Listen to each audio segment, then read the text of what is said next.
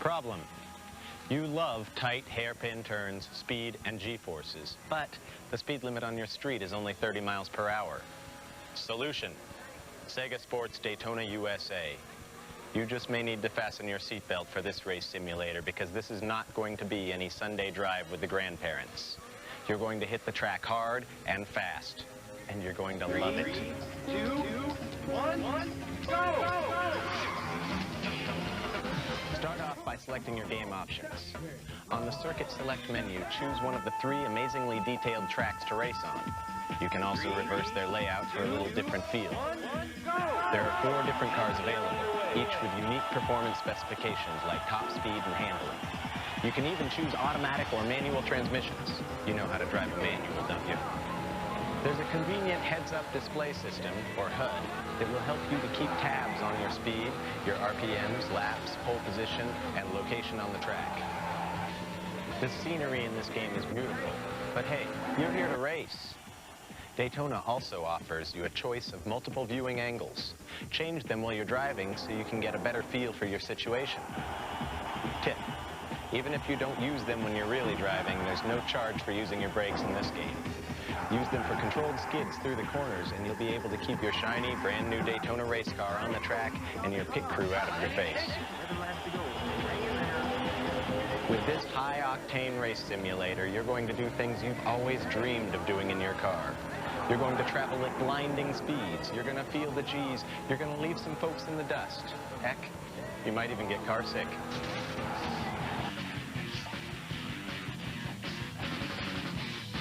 Is your idea of the future the Jetsons, complete with wacky robots that clean your house, and goofy green alien creatures with antennae and snappy dialogue, flying cars and a dog named Astro? If it is, then maybe you should skip the nerve-wracking extraterrestrial combat of Space Hulk and go back to watching Saturday morning cartoons. In this future, you're playing for keeps. Electronic Arts has taken their popular PC game, amped up the excitement, crashing through old limits with this 3DO version.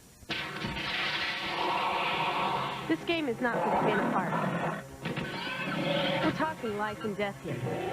Lumbering through the dark corridors of outer space bases, you participate in a variety of missions, all of them swarming with gene stealers. These creeps look like they crawled straight out of hell with the sole purpose of ruining your perfectly good battlesuit and your life in the process. Built for speed, armored like a tank, and meaner than a wet cat in a mailbox, expect the worst from these predators. Through these deserted hallways, all you have to keep you company is the constant radio chatter over your headset that keeps you informed, and gunfire that keeps you alive. And as long as you keep blasting, the blood on that wall won't be your own. Aside from the training missions, you're gonna find this one tough game to crack. Pound for pound, the gene stealers are more than a match.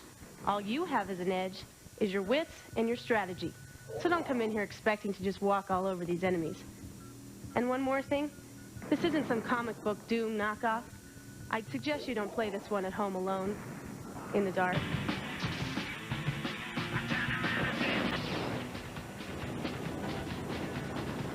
The job you always wanted. You're a trash man. In this shooter game, you get paid to grease outlaw scum. With bloodlust and dollar signs in your eyes, you race through bizarre alien landscapes in amped-up death machines. In Crystal Dynamics' Off-World Interceptor Extreme for Sony PlayStation.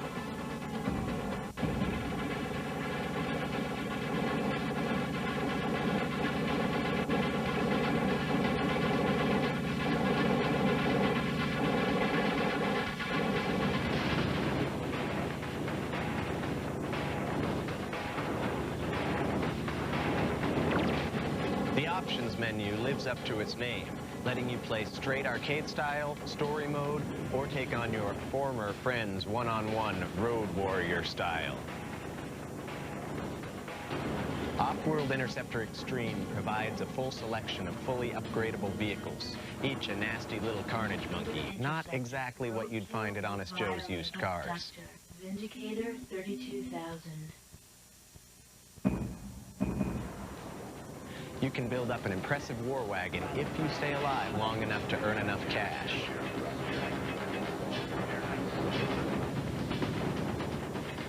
ground play? Take to the air. The flaming fast action makes for breathtaking dogfights, but the play is definitely more challenging. Off-World Interceptor Extreme for Sony PlayStation makes for a kick-and-combo game with high-res graphics and smooth action. The fact that it doesn't take itself seriously will keep you laughing between those uncontrollable violent urges on the highway through hell.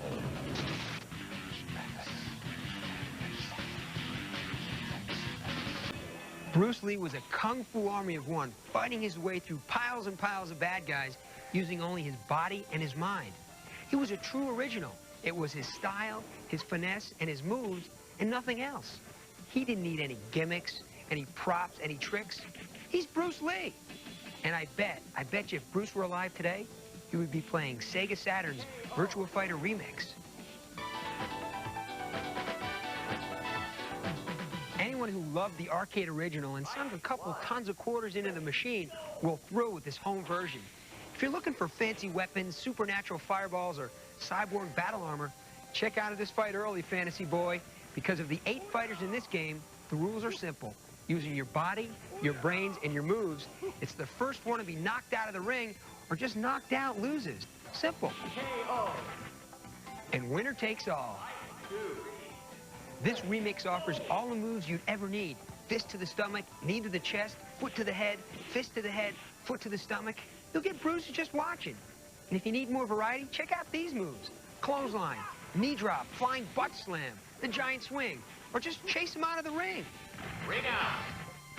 Even the background's kept far more simple than most fighting games, reflects Virtua's focus on the fighting and not the frills. Besides, if you're looking at the scenery, you're going to be staring at the ground. Hey, get good enough and soon you'll find yourself face to face with this big boss who wants to kick your butt. But if you beat him, you'll find yourself in a special ranking that will allow you to keep track of your stats versus various opponents. Hey, check out this fighting game. It'll make Bruce proud. Leaping Lizards. Crystal Dynamics has put together one excellent adventure game with Gex. Once the gregarious gecko is sucked into the nasty TV world of the evil Rez, you're going with him, and there's no turning back. The elaborately detailed levels and the awesome animation could win this a 3DO beauty pageant.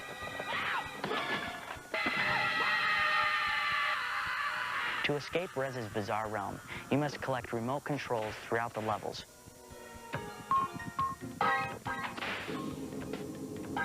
Go in here. Gex rewards curious gamers with deep levels if they venture off the beaten path. Each of the worlds is loaded with out-of-the-way warps that bring you bonus games and areas with power-ups and extra golden flies. The Fantastic Sounds has much to owe to comedian Dana Gould, who wrote the lines and provides Gex's voice. There are so many rapid-fire one-liners, you'll be hard-pressed to hear the same joke twice. That's what I call getting some tail. The wiry, squirrely lizard can climb almost anything on the screen. Now, learning what textures Gex can cling to will cost you time and lives, but once you got the hang of it, you really get into the groove of jumping from one wall to the other. I'm hungry, damn it! I'm so hungry, I do cry. Someone, ring the dinner bell! Gex can gain the ability to spit fireballs, ice balls, and even lightning bolts. And as usual, at the end of each level, you face a boss who blocks your way until you show him what geckos are really made of. Gex is destined to become the equivalent of Sonic or Mario, as this cool little lizard sets the standard for all future platformers.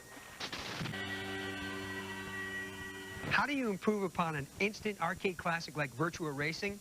Well, come along on this Twitch trip and you'll see how the Sega Saturn version races above and beyond the arcade.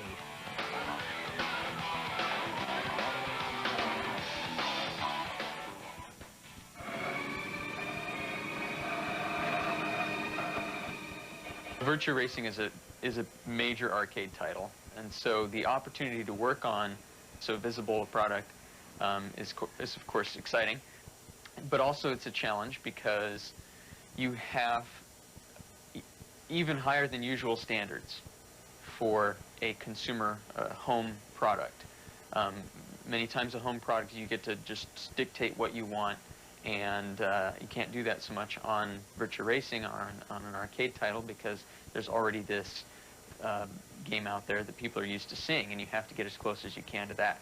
And so for our Virtua Racing, we had to have the arcade mode and be as faithful as possible to how it is played in the arcade and what it's like in the arcade. And there's a very high level of quality that you have to match there. But the nice thing is that we then get to expand on that and add our own features, probably the most prominent of which would be the Grand Prix mode, my personal favorite thing. Since it's a home game, you have to add quite a bit more. And adding the 7 tracks was probably the hardest thing to do. We had to make all of them very different from each other, very different from the arcade, make them at least as interesting as the arcade tracks. Some of the tracks concentrate more on racing, where the tracks are fairly easy to drive. Some of the other tracks are very, very difficult, where you're braking and you're accelerating and you're trying to find the right line through corners. And on top of that, you got to worry about racing with the other cars. So I think we built up a nice progression from the easy tracks, where you just race, to the harder tracks, where you're basically trying to keep the car on the road. Out of all the versions of the games, we come the closest to the look of the real arcade game. Time Warner Interactive's VR Virtua Racing for the Saturn has all the classic arcade game features and the elements that players come to expect. 3D polygonal environment, a lightning-fast game engine, multiple racing views, and all-out driving fun. So check it out.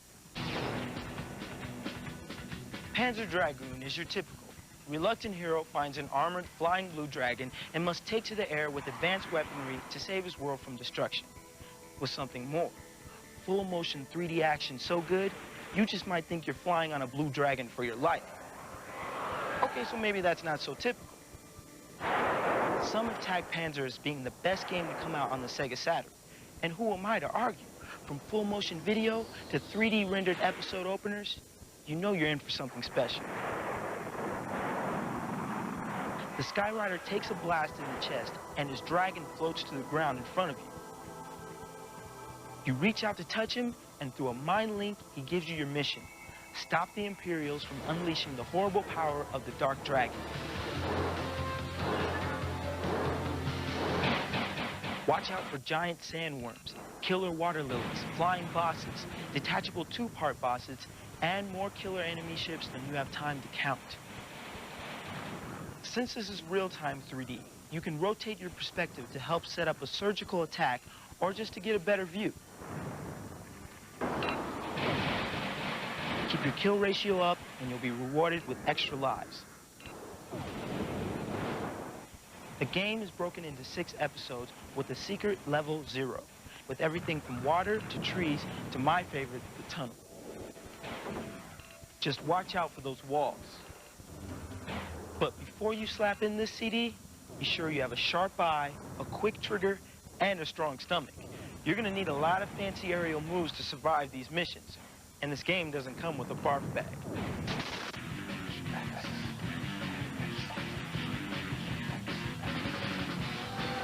I don't see how they keep on doing it. They keep adding greater games, greater accessories, like this right here, the Arcade Racer by Sega Saturn. You Daytona fans are really gonna love this because it makes you feel like you're in the arcade, and you get several different views. Look at that. Games like Daytona USA aren't gonna be the same with this little bad boy.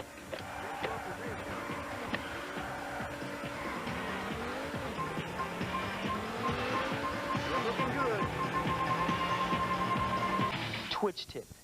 The next time you fire up your Sega Saturn to play Panzer Dragoon, get some target practice on a secret episode to hone your skills. To get to episode 0, highlight normal at the title screen and tap up, up, up, down, down, down, left, right, left, right, left, right, button L, button R, and start. Lock onto the targets using button A. Straight shooting is the best way out. Soon your trigger finger will be twitching for some real competition.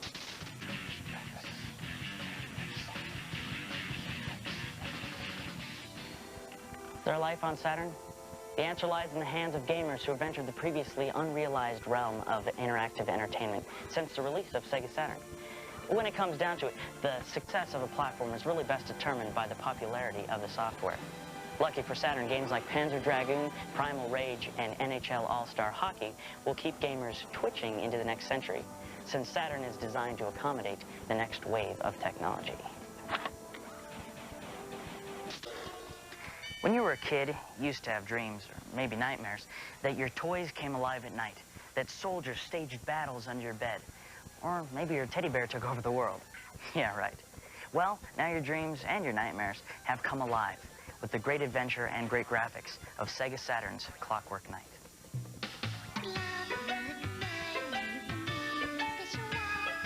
You are a knight on the ultimate quest. Chelsea, who's a real doll, has been kidnapped. The other toys, well, they kind of turn to the dark side, if you know what I mean. You alone are left to save the toy world, so you better get at it. Your first key to unlocking this little world is your key. You can use it as a sword, you are a knight after all, or all aboard, it can be your key to hitching a ride on the Clockwork Railroad. The graphics are what make this game really cool. Here, you're busy in a fight with a flying robot, so you hardly notice the bright colors of Clockwork Red and Clockwork Blue. And they show you everything, including the kitchen sink. Like the toys they represent, this game is bright and colorful, but it ain't nap time, so pay attention. Get through a tough room and take your chances on the roulette wheel. A few extra points might be your key later on. As the levels move on, you'll find toys with more punch, but don't let them throw the book at you. Take your time and push your way on. You won't find your main squeeze toy unless you face the big bad toy. He may be hopping mad, but fear not, good knight. Sometimes he brings the house down with him. If the doll means anything to you, you'll keep on fighting. So spend your night checking out Clockwork Knight. It may be a toy game, but no way is this kid stuff. Tired of driving that sleek sports car? When you're playing Sega Saturn's Daytona USA, for extra thrills, try racing as a horse. When the white title screen is showing, simultaneously enter and hold up left, buttons A, B, X, Z, and press start. Then choose the Saturn Racing mode and press left on the directional pad to choose your vehicle. The horse option will scroll onto the screen, choose it, and get ready for some real horsepower. How do you know if you've been in a really gnarly motorcycle race? Dizziness from excessive G's, blurred vision caused by high speeds, bugs in your teeth, bruised knuckles, and a really bad case of road rash by Electronic Arts for 3DO. Pick a character that fits your style. Each one is unique in their own twisted way. Some come with cash, some with their favorite weapon or attack move. Others are just plain mean. Where do bikers like you hang out? Their Panzer Club or Oli Scooterama, of course. Check out the bulletin board for races and set all of your game options such as game save and load, sound, music, and difficulty level. Oli Scooterama has a fine selection of bikes to choose from. Each differs in price, features, and performance. Check them out. In Road Rash 3DO, Electronic Arts has a tasty little game you'll need to avoid pedestrians, animals, oncoming cars, traffic, and the cops.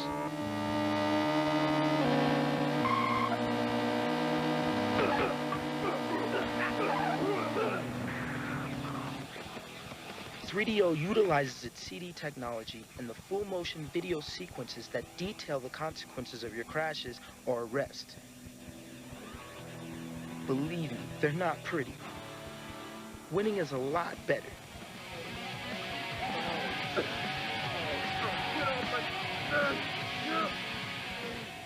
In Road Rash 3DO, Electronic Arts has a tasty little game on its hands.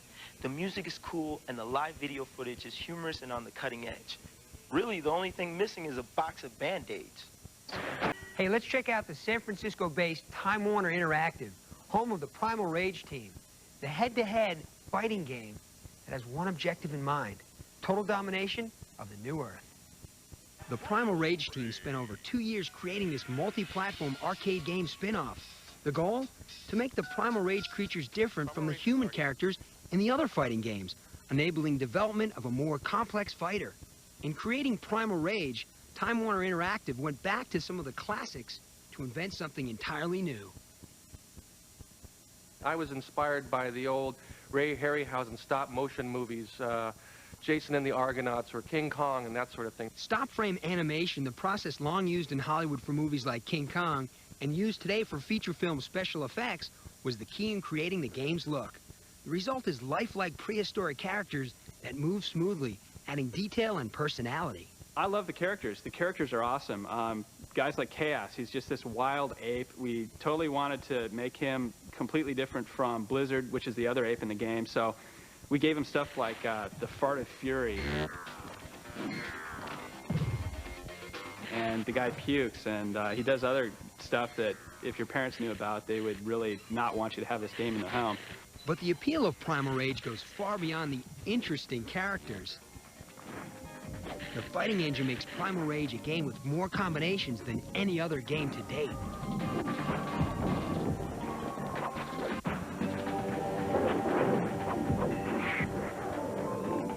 Add in original moves and advantages like sweeping tails, razor-like claws, and prehistoric butt slams, and the result is one of the most complex fighting games available, starring 7 charismatic and amazingly lifelike characters.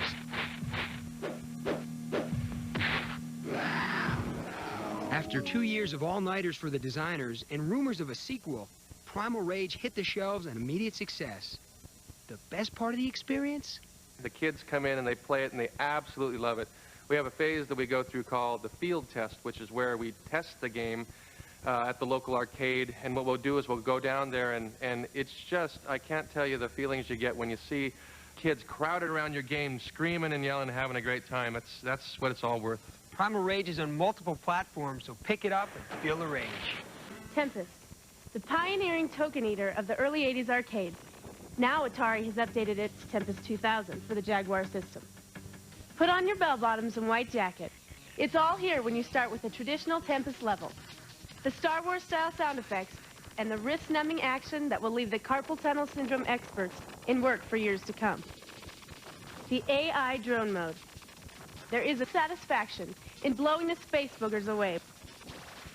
The 2000 mode allows you to collect power-ups on flats. Wow, it really is a brave new world out there. This juiced-up version uses all the devilish 64-bit trickery to, you'd better sit down, fill in the geometric outlines with colors. You'll relive hours of wasted youth in defeating the never-ending electronic minions of evil. Chances are, though, the younger players out there will be unimpressed with its lack of sophistication. But it's still addicting, even if you are too embarrassed to admit it. In the world of fantasy, Disney may have the magic, but Lucas definitely has the firepower. Keep your Mickeys, Minnies, and Goofies. I'll settle for the cockpit of an X-Wing fighter in attack formation, heading into a storm of Imperial troops any day. Evil witches and big bad wolves? Nah, I've got Darth Vader to worry about. As soon as the titles run on the LucasArts Sega 32X Star Wars home version, any wannabe Skywalker out there should feel quite at home. The 32X mode doubles the fun with twice as many missions. Basically each mission from the arcade repeated twice. Even though all the pieces are here, fast-moving TIE fighters, swirling dives at Imperial cruisers, non-stop laser fire, something is lacking in the graphics. When you get your orders from Admiral Akbar and your blood's pumping, the roughness of the graphics should fade into the background. Besides, you've got other things to worry about. Even the music lacks the zip a Star Wars game deserves. It sounds like it's being played by some guy on a cheap Casio keyboard. Now these are pretty harsh criticisms to level against any game, but once you get past these problems, it's still pure Star Wars action. This home version does maintain the arcade feature of two-man play. One player grabs the flight stick as pilot, while the other mans the tail gun, in an effort to vaporize as much Imperial hardware as possible. Now, if they just come up with a lightsaber fighting game, that would really be something to get the Jedi forces flowing. X-Twitch, another accessory to excite your Sega Saturn, especially if you're a big sports guy or RPGer. This, folks, is Sega Saturn Backup. It allows you to copy more games, more stats, more stuff that your Saturn can do by itself. To use it, just plug it into the cartridge slot in the back of your Saturn. You can save a game you're already playing, or you can save a whole season of your favorite sport like NHL All-Star Hockey, or you can go to memory and call up an old game you were really kicking butt in. For RPGers, now's your chance to really get ahead. You finally made it to that awesome hidden level, and you don't want to lose it. Just go ahead and save it, and that way you can start there next time, and you don't have to go through all those wussy levels to get there again. Backup for Sega Saturn. Finally, something worth remembering. More memory. It's time for an adventure. Your goal? To save a perfect world. Not my perfect world of big screen TVs and all the chips you can eat, but Rayman's perfect world. Now, if Mario's been your man of the past, Rayman may be your man of the future. Check him out on Atari Jaguar. Now, don't let looks fool you. Sure, Rayman may have no arms or legs, but he's no doormat, if you know what I mean. The thing that makes this game cool is that Rayman has the ability to learn, like here, where he picks up the art of punching. Learn new skills as you go along, and you might just enjoy this candy-coated planet. There are a lot of blood-sucking pests in Rayman's way. To get this bomber, let it try to attack, and then whack him with your telescopic fists.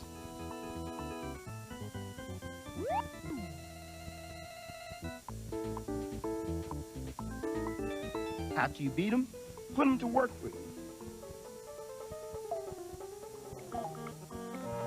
If you've ever hated piano lessons, then you know why Rayman wants out of the bandland level. To avoid the attack of Mr. Sax, throw his own notes back at him.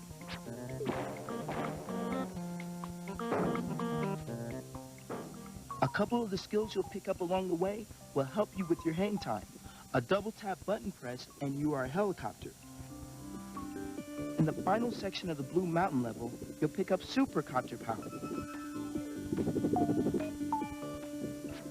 There are 60 levels for Rayman to explore. As you pick up new skills and tricks, go back to the old levels. You might see some things you missed the first time. Rayman is available on Atari Jaguar and Sony PlayStation. It could be a part of your perfect world. Here's a quick tip for you if you're playing Panzer Dragoon on Sega Saturn. Now, if you'd like to choose the level you're playing, you can access the episode select mode by doing this. Go to the start options screen and press up, up, down, down, left, right, X, Y, Z. Episode select will reveal itself. Pick the episode you want to play, and voila, you're there.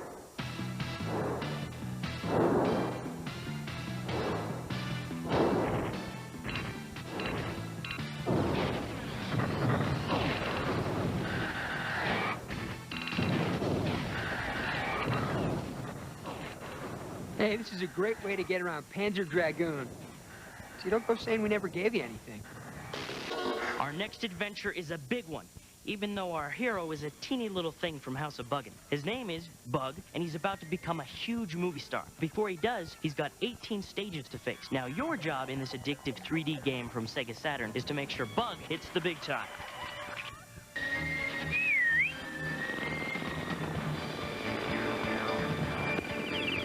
Action is the name of the game for our little green star. Just flip the switch and you'll be off on the ride of your insect life. Look all around you. Things are flying from all directions. And if you get swatted... I hate that. One of Bug's best defenses is a spitting image. Grab the spit wads when you can and hawk a loogie at whoever's bugging you. Green wads will give you a single glob shot. With blue wads, you get rapid fire. You've got some ugly bosses to beat. Move at a snail's pace here, and you'll lose. But this big slug can be beaten by jumping all over his back. Get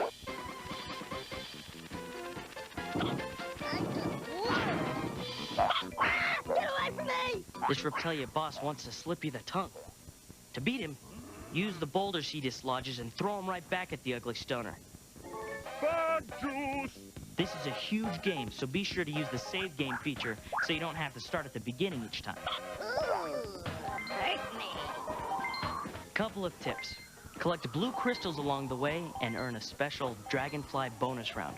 Also, keep stocked up on your bug juice. That's your life force, man. Bug from Sega Saturn. Once you check in, you won't want to check out. If you like playing Robotica on the Sega Saturn, we have a tip you're really gonna love. Here's how to fully replenish yourself in the middle of a game. You're playing Robotica and you need full power. Even though it's a one-player game, plug in your second control pad. On pad 1, press the left and right buttons. Then on pad 2, press A to replenish shields, B to refill generators, X to advance your weapon level, and Z to load the level map. you'll be fully replenished and ready to head back into the dark world of Robotica. When you play basketball, you want to jam. So why not play the game that has set the definition for high-flying, rim-rocking, slam-jamming action? That's right. Acclaim's NBA Jam Tournament Edition is now available on Sony's PlayStation. Check it out. Because of the PlayStation's powerful platform, this edition of NBA Jam Tournament Edition is exceptional. 27 teams are available to choose from, and each is represented by 3 of their stars. Here we join a Nuggets and Timberwolves game already in action. All of the rules and gameplay are the same as what you're familiar with in other versions of this game. You play rough, shoot sweet, dunk hard, and collect special items to enhance your performance. But as you can see, the big difference comes in the graphics. Bet you haven't seen anything like this since the coin-op arcade game.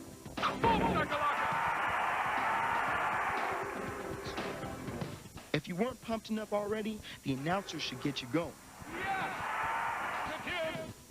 Especially after dunks like this. He's on fire! Also, the halftime highlights are a kick. Check out this footage. NBA Jam also allows you to keep track and save your game stats if you want. Of course, NBA Jam wouldn't be NBA Jam unless you had secret codes. Here's a few to try. At the tonight's matchup screen, enter these codes until a game comes up. For baby mode, press square then circle, repeating this sequence at least 5 times. For big head mode, press square, X, circle, triangle at least 5 times. If you have a PlayStation, consider this game a must for your system. It was a classic before, but Acclaim has made this classic even classier. Might as well be sitting up in the stands. You're never close enough to the action. Well, VR Sports is ready to put you into the game with titles like VR Baseball, VR Golf, and VR Soccer. We took a Twitch trip to meet the guys on the ice, hard at work making VR hockey. The guys at VR Sports are ready to play, and they're playing for real. We're using real teams and real logos and real stats. Real cool. VR Sports wants to get down and dirty with their games, and they're having fun doing it. The best experience is being able to create anything that we can think of. We get some creative people in a room, and we dream some stuff up, and we come up with ways to do it. And the freedom to do whatever we want to do is the best experience. Helping them score on the sports scene is a jock performance company called BioVision. They use special sensors and cameras to capture the action and put the game right in your face. We get to take the magic of real performances from Olympic athletes, martial artists, all sorts of sports stars, and put them into the game so you can feel like you're really there. Holland and Argentina. For the team at VR Sports, real is the name of the game, and they take the sports part of their name very seriously. Roy, what a great shot, but an even better block. I love sports, so anything to do with sports, I've loved making stadiums, making the moves, working with pro athletes to make these types of games. To create VR hockey, skater Jeff Tecca performed 40 to 50 moves a day to create the real look of playing on the ice. They wanted me because I do professional roller and ice, so I could stop on the rollerblades like I do on ice, so that helps make it look more realistic. Taking you into the game is the goal, and VR Sports isn't messing around. I think technology is everything. Virtual reality, that's where we're headed. Not just using your hand and thumb on a joystick, but you are actually in the game, you're sweating, and you're getting a workout, and it's more than just your just mind games, but you're actually getting a workout from these games and loving it. Just to make it real, they're going to have some VR fights and VR hockey, so don't forget to wear your pads. VR hockey and several other VR sports titles will hit the stores in '96. Later in the year, look for VR football and VR basketball. Fight! 1, ready, go!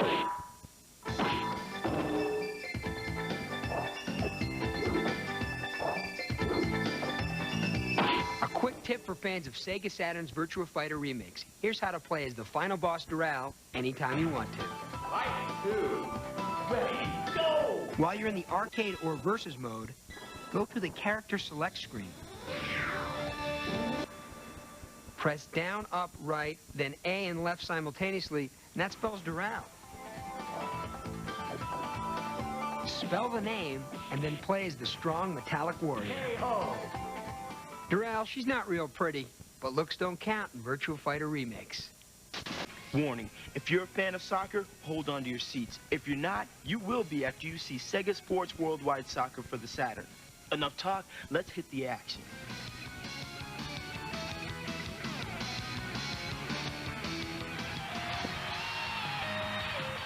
The options for Worldwide Soccer are standard as in most sports games. Pick your team, pick your strategy, pick your game mode. This is where the similarities end, however. Just check out these graphics. The players are incredibly detailed and the graphics are smooth. Control is easy and doesn't require a lot of complicated gamepad combinations. Gameplay is also very realistic. The players have a variety of moves and the computer opponent proves to be challenging.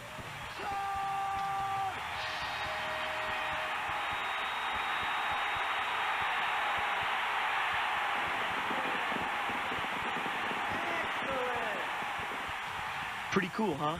Here in the instant replay mode, WWS features a multitude of camera angles and the ability to zoom in or out of the action.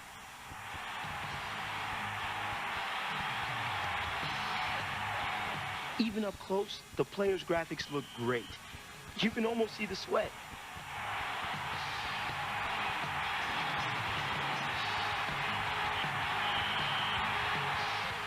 Also, with the multiplayer attachment and a couple of extra joypads, up to 4 can play.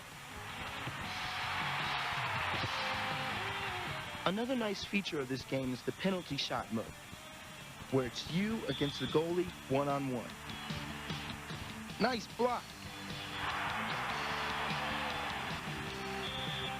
He shoots. He scores. Now tell me you're not impressed. Miss this game and you deserve a good kick in the pants. Hey, if you're a gamer who's in the mood for just a little bit more realism than your standard first-person shoot-'em-ups that are out there, you gotta check out Robotica on the Saturn.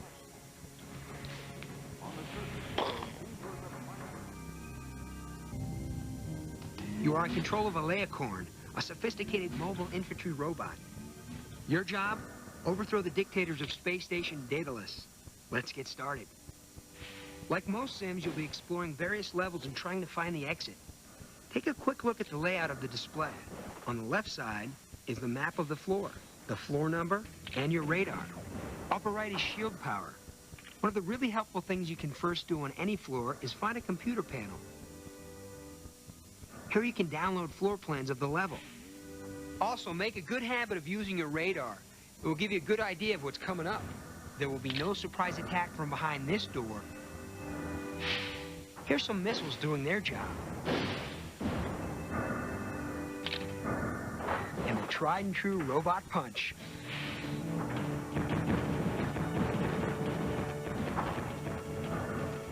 Don't forget to pick up the weapons they leave behind.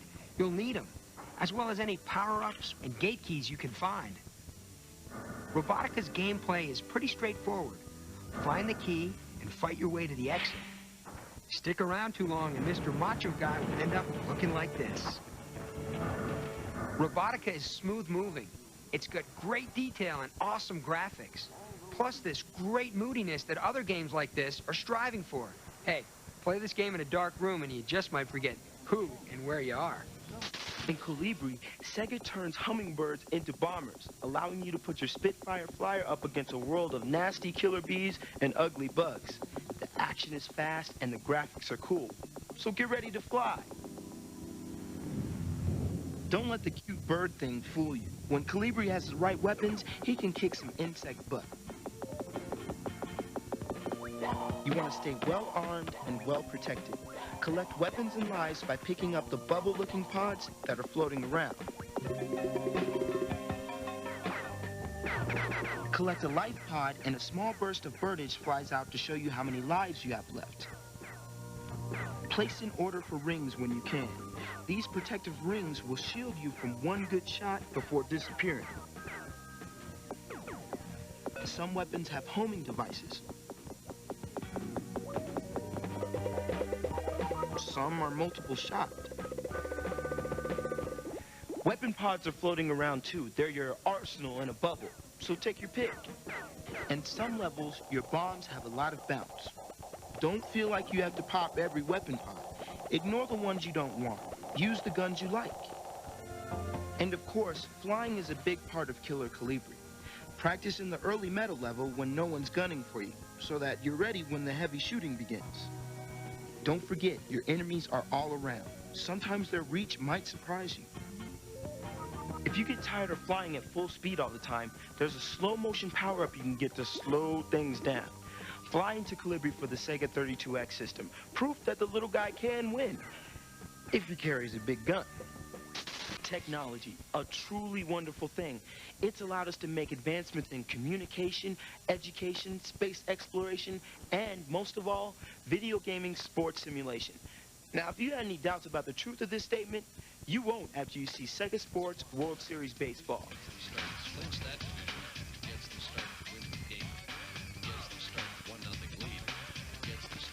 It's said that baseball is a game of statistics. Sega realizes this and gives you the real leagues, American and national. Real teams. Real rosters. Real players and player statistics. Even the real ballparks. Hey, what about the game? We're at the All-Star game with Ken Griffey at bat. That ball has a chance. It's out of here. A solo shot to right center. Let's check out the replay. Now batting, Matt Williams. 2 outs with a runner on first. The graphics are stunning. No balls and one of the cool features of this game is the variable camera angles. You can play and view the game from on the field, the throw to first, in the stand, or really high up. The key is to find an angle that you're comfortable with. Save the fancy camera work for the replays. The sound is great, like you're in the bleachers at Wrigley's Field. The pitch. 2-strike bunt attempt. For you sluggers, there's also a home run derby feature.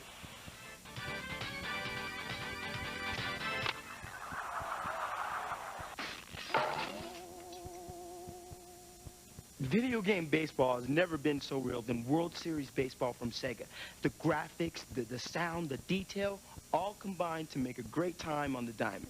If you've been looking for a game that fuses the realism of helicopter flight simulation and the brain-scrambling action of an arcade game, look no further. Blackfire for Sega Saturn is here. Blackfire puts you behind the stick of a secret state-of-the-art attack helicopter. Use this sleek flying gunboat to put an end to the Sword of Gideon, a fascist drug-dealing terrorist organization. Climb into the cockpit. For some weapons, your computer targeting system hones in on the ground units. Choose a weapon and fire. Impact target hit. There are 15 different missions which you need to complete in this game. All of them have different terrain, different targets, and different objectives. We got snakes warming up. Check radar. Here are some enemy planes you can look forward to meeting in the friendly skies. Use your air-to-air missiles to down the bad guys, or if you prefer, your auto-cannon. Magic coming up.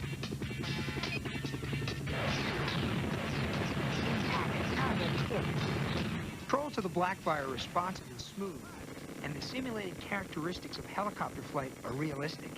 And as you can see, the action gets very hot. What's going on, Blackfire? Respond!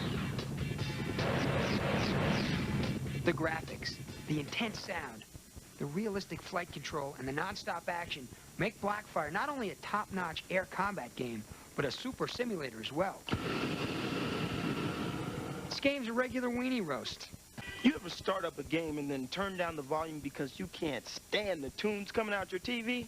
Well, Sega's putting a stop to the lame music by hiring a real band to back up an awesome new game. We took a Twitch trip to meet the music makers behind Cyber Speedway. The video games have been infamous for this, game-oriented music, almost like an AM radio type thing. Sega has changed the sound of music. It's like sitting in a car and you have the stereo on full blast rather than something for the video game. It's the unta typical of video games. Sega knew they had a hard-driving, out-of-your-brain sort of game with Cyber Speedway. They didn't want to settle for the boring music that's in a lot of games, so they hired a band, San Francisco's Bygone Dogs, fronted by Joel Alvarez. I don't think I've ever worked on music for video games, actually. The music that we've done is really the product of the band itself, stuff that we go out and play live. Assembling the music for Cyber Speedway was a race of its own. We had all of 2 days to go through and complete the entire soundtrack, and we were able to pull off 5 songs in 2 days, one of which was brand new.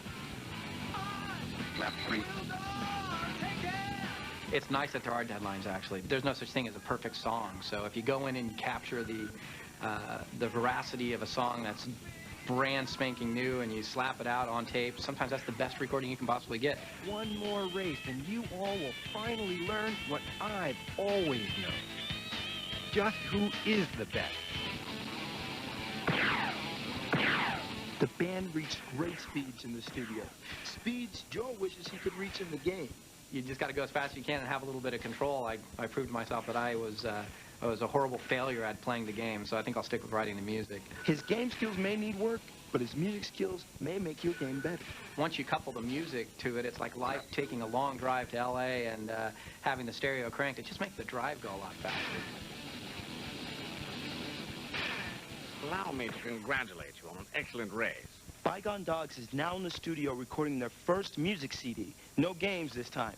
Look for it on Polygram in early '96. And if you want to check out more of their music, check out Sega's Gen Wars. They do the opening number called the Gen. If you're a Virtua Fighter, here's a great tip for the Sega Saturn remix version. We'll show you how to change the size of the ring you're fighting in. Let's say you want to fight in a small ring like this one. Go to the title screen and press up on your controller 12 times. Then press start. Choose options. Highlight the off-screen option below the word exit. Then press C to select. You'll get a special ring-size screen. Pick the one you want and get to fighting the way you want to fight.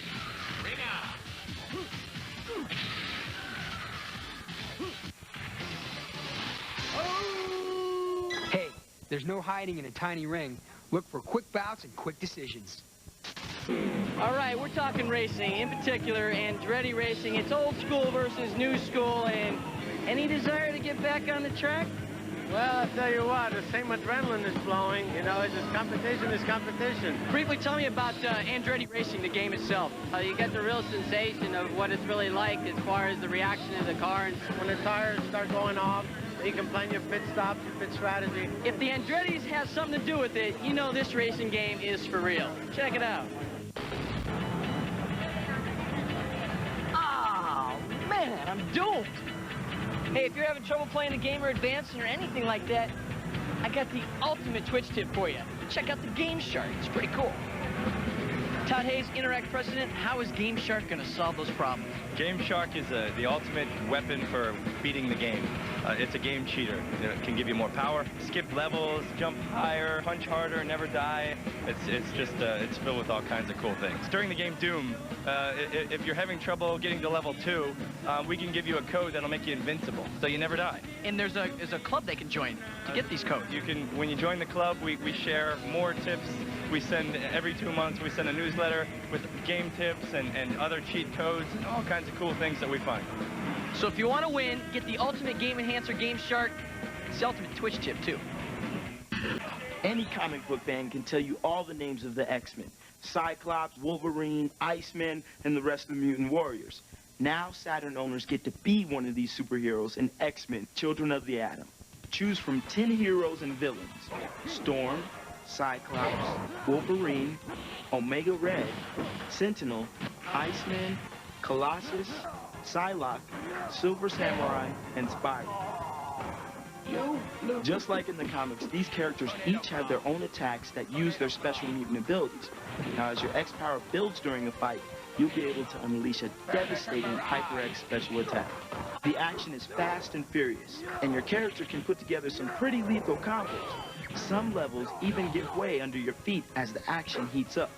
Your goal is to defeat two of the X-Men's worst enemies, Kane Marco, the Juggernaut, and Magneto. Juggy's advantage is his pure strength, but he's slow. You'll have to attack him quickly and often to gain the upper hand. Magneto doesn't seem to have any weaknesses, and he can use the magnetic fields of the Earth to attack you. It's up to the X-Men to keep Magneto from achieving his evil, misguided goals. Fight hard, and remember, if you fail, Magneto and his evil minions will bring about a new age of oppression for Earth's non-mutant population. Here's what we thought of X-Men Children of the Atom for the Sega Saturn. If you ask me, this is the ideal subject matter for a fighting game. X-Men characters and enemies battling out in a battle to the last. I think the graphics and sound were identical to the arcade. This is as close to the arcade translation as you're going to get on a home system. The characters looked nice, the control was excellent, and the sound was really good. Definitely one you should pick up. X-Men Children of the Atom. What do you think of this game? Oh, it's fresh. Fresh, right on. And for all of you at home who are big fans of X-Men Children of the Atom, I got a hot code that's going to allow you to do battle as Akuma. Really? For player one, move the icon to spiral, then wait 3 seconds. Without stopping, move through Silver Samurai, Psylocke, Colossus, Iceman, Colossus, Cyclops, Wolverine, Omega Red, and then stop on Silver Samurai. Wait 3 seconds, and then press A, C, and Z at the same time. To Storm, then wait 3 seconds. Without stopping, move through Cyclops, Colossus, Iceman, Sentinel, Omega Red, Wolverine, Psylocke, Silver Samurai, and then stop on Spiral. Wait 3 seconds, and then press A, C, and Z simultaneously. Yeah! Are you ready for the future of racing? Well, Psygnosis is, and they call it WipEout. Now, everybody I've talked to loves this game. The intro to WipEout is without a doubt one of the best clips we've ever seen.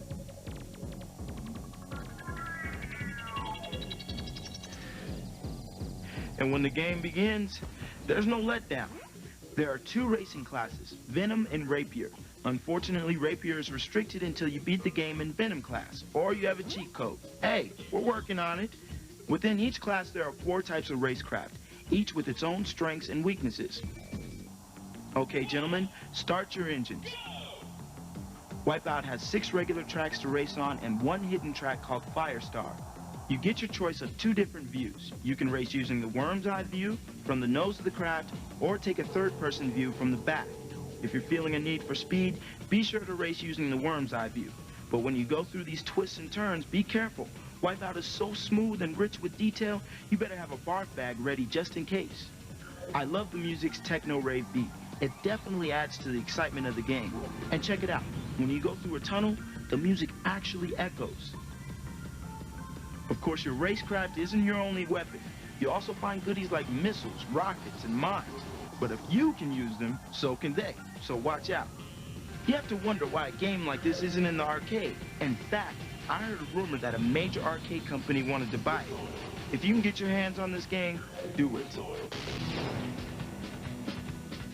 Here's a chance to jump right inside a strange fairy tale adventure, battling evil wizards and fantastic monsters with powerful magic. And fly anywhere you want on your own magic carpet.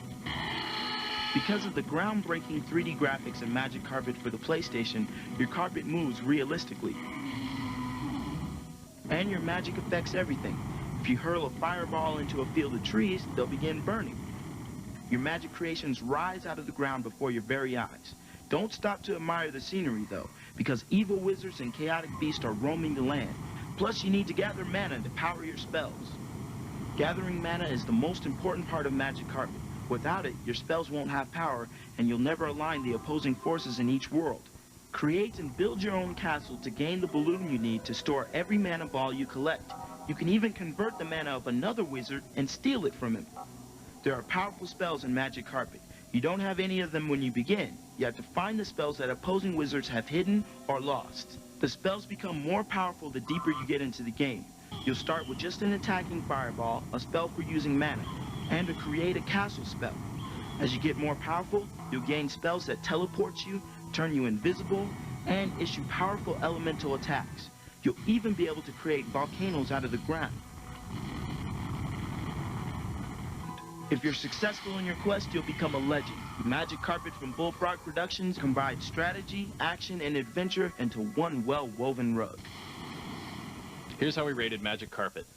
The graphics in this game are impressive even by PlayStation standards, but the levels become so repetitive that by the time you've reached a point where you can use some impressive magic, you've become tired of the game. I thought Magic Carpet was a magical waste of time. The bad control and repetitive gameplay are what kept me from coming back for more. It does have some really nice graphics, though. With the veritable plethora of games out on the market these days, gamers are expecting a lot in the next generation of platform games. Hey, well, Crystal Dynamics is giving it to them in the form of Pandemonium. And here's the game's producer, Mark Wallace. What we've done is Pandemonium is a traditional platform game, but taken into a 3D environment and allows the player to see a lot of their environment. So they can move through, they see everything ahead of them, and they interact with it. So that there's multiple, paths that you can take. Anything that you can see, you think you can go to, you can go there. You know, it sounds a lot like Nintendo 64. What's the difference? Well, I think the difference is really the speed of play. What we've done is, instead of the traditional 3D environment game where we allow the player to go anywhere they want and they spend more of their time kind of exploring, we've taken that into our own control and allow the character just to concentrate on speed, getting through the game, combating enemies, finding treasure, going. If you got the need for speed, you need Pandemonium. Resident Evil is one of the best games ever to hit the PlayStation. It combines the thrills of a late 70s horror flick with the best action games to create an exciting package that no PlayStation owner can afford to miss. You and other members of the Bravo rescue team are sent into a strange land to find your buddies who have mysteriously disappeared. You can be either Chris or Jill, but players who use Chris will go it alone most of the game, while Jill will receive a lot of help from Barry, another member of the team. Let me take care of this. It's up to you to scour the grounds, look for your team members, and find a way out without getting killed. This game is full of strange and challenging puzzles, so here's a few tips on the more difficult ones. Now, if you don't want to know, don't watch, but if you do, get ready to take some notes. First of all, the picture gallery in the first floor has an item you need, the Star Crest. The gallery is full of pictures, and each one has a switch to throw. Throw them in this order, and you'll get your reward.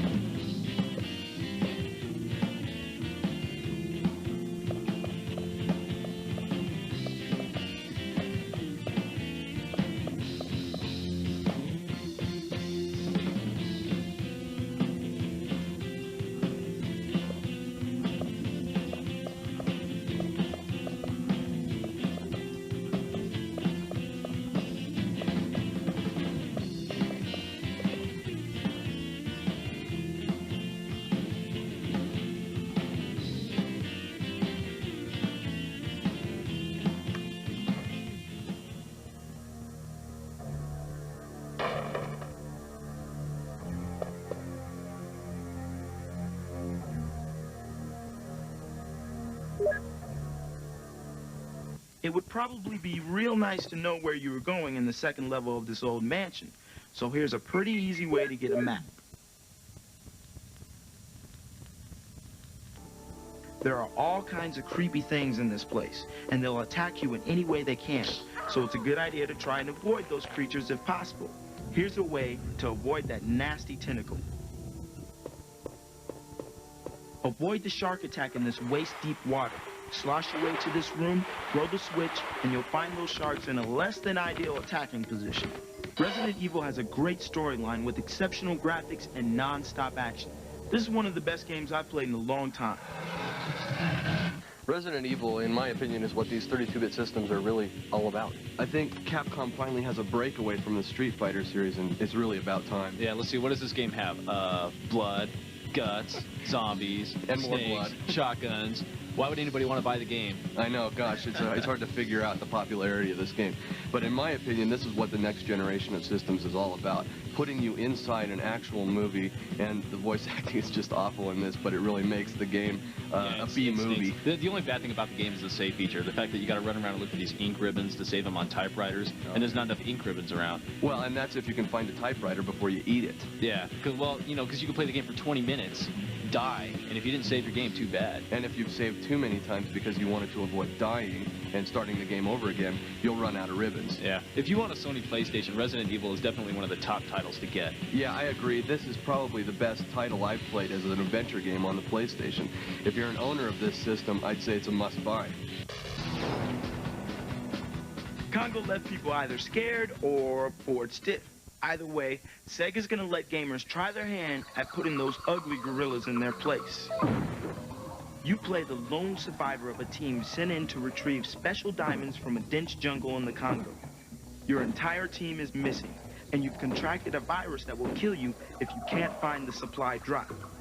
You'll have to fight your way through giant mosquitoes, mutant gray apes, spiders, voodoo totems, shooting fireballs, and all manner of other strange creatures. Eventually, you'll find out exactly what happened to your team if you survive. This game is played in the very familiar Doom style with classic first-person perspective and a few new play mechanics. You'll be able to move 360 degrees and strafe to the left and the right, but this time you'll also be able to jump and crouch. Though crouching turns out to be mostly unuseful, anyone who has played this type of game will instantly be able to pick up the controller and go to work.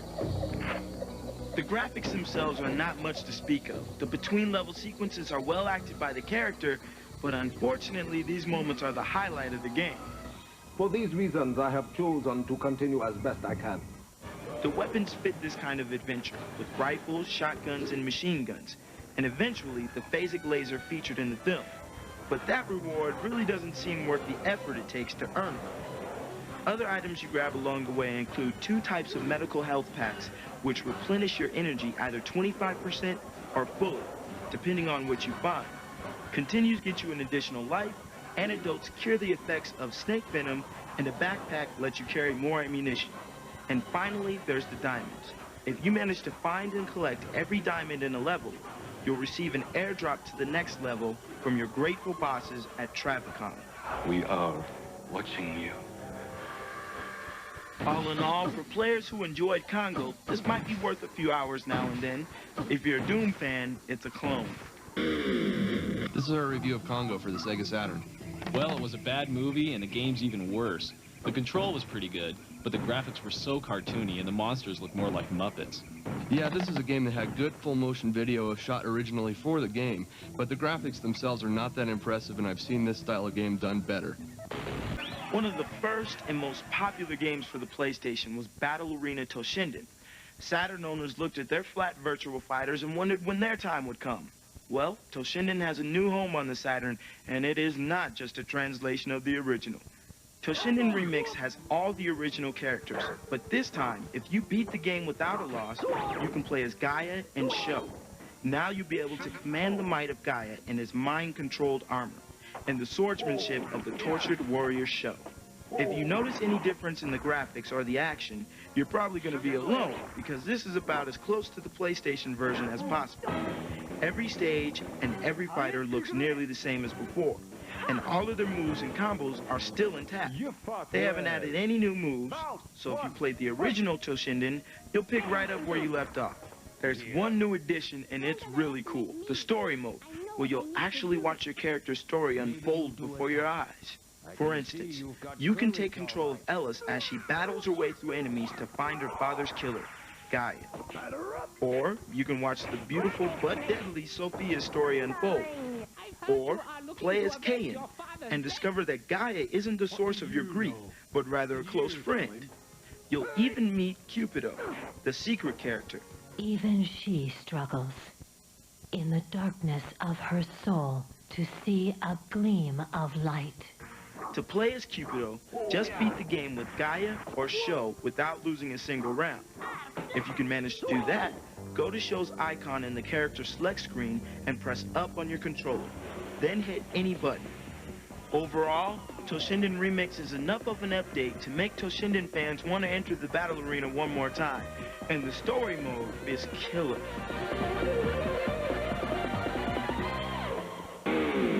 Here's what we thought of Toshinden Remix for the Sega Saturn. The graphics on this version aren't quite up to the PlayStation standards, but I thought the control might have been a little tighter. The addition of the new characters is also a big plus for me. I didn't think it was that great of a game on the Sony PlayStation, and they managed to screw it up even more on the Saturn. The control is bad, the graphics are even worse. I just think there's better fighting games out there. Hey, Battle Arena Toshinden Remix on the Saturn has got some wild camera cheats. You want to know how to get them? This is how. Press start during a battle to pause the game. Choose options, then highlight anything except exit, and hold the L button. While holding L, move the cursor to exit, and press the R button. The game will still be paused. Now you can use the D-pad, along with the L, R, X, or Y buttons to see the characters from any angle. This trick will work for the rest of the round. When you want to see these angles again, just hit start, and you'll be back in the custom camera mode.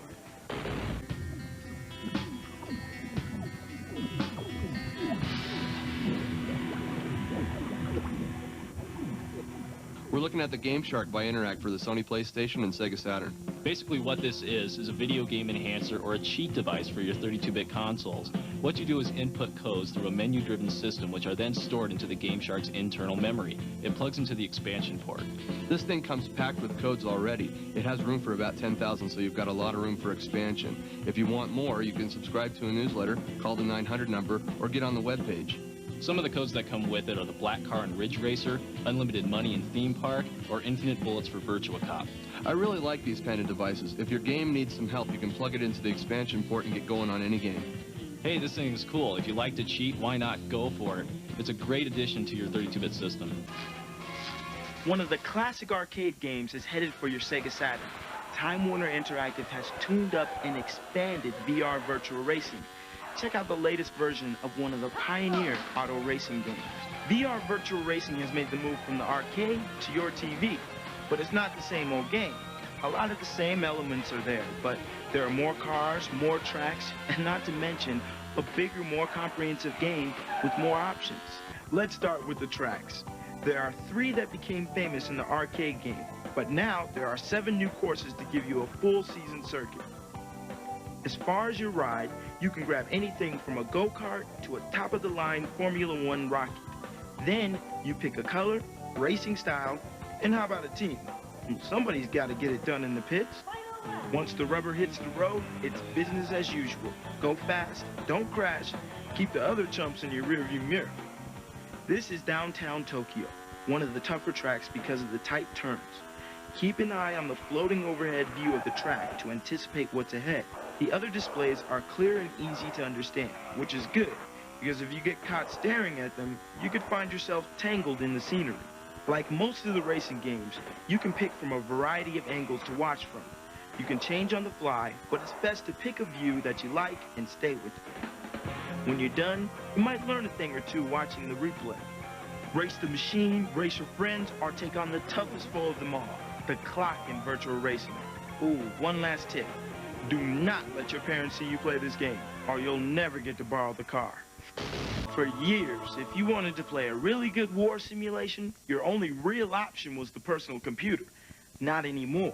For all you would-be field generals, Working Designs put you in the middle of World War II with a strategy simulation called Iron Storm for the Sega Saturn. Basically, you plan your strategy on the main map, which is divided into a pattern of hexagons. Your forces are represented by icons, each one able to move a specific number of steps each round. The computer calculates the outcome of the engagement based on experience, training, and skill. It might seem complicated and boring, but while the computer does the work, you'll get to see the battle take place in real time. This is the part the generals can't see from the planning room. Tanks being blown away, soldiers gaining ground, victory and defeat hinging on the success of one unit. You'll get both the general's perspective as well as the grunt's. You'll see every angle of the greatest war in U.S. history. You'll be fighting the same battles the great generals of World War II did. But the fun here is trying out different strategies. Keep in mind the strengths and weaknesses of each unit. Keep them in good repair and always know which will serve you best in any situation. A weak or run-down unit will never serve you well in the heat of battle, so be familiar with your troops. Like a real general, you don't do any of the actual shooting here. You figure out the strategy, then sit back and watch how the battle develops. Iron Storm is a little tricky, sort of a thinking man's war game.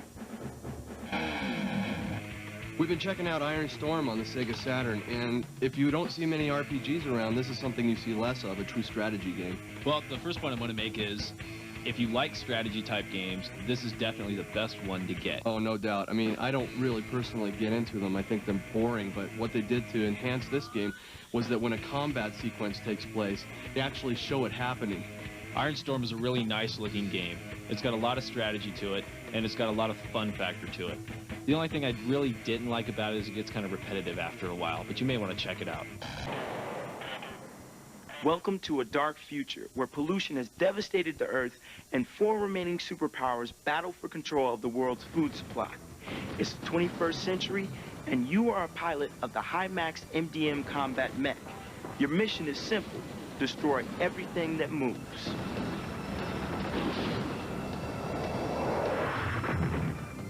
First, take advantage of the exercise option.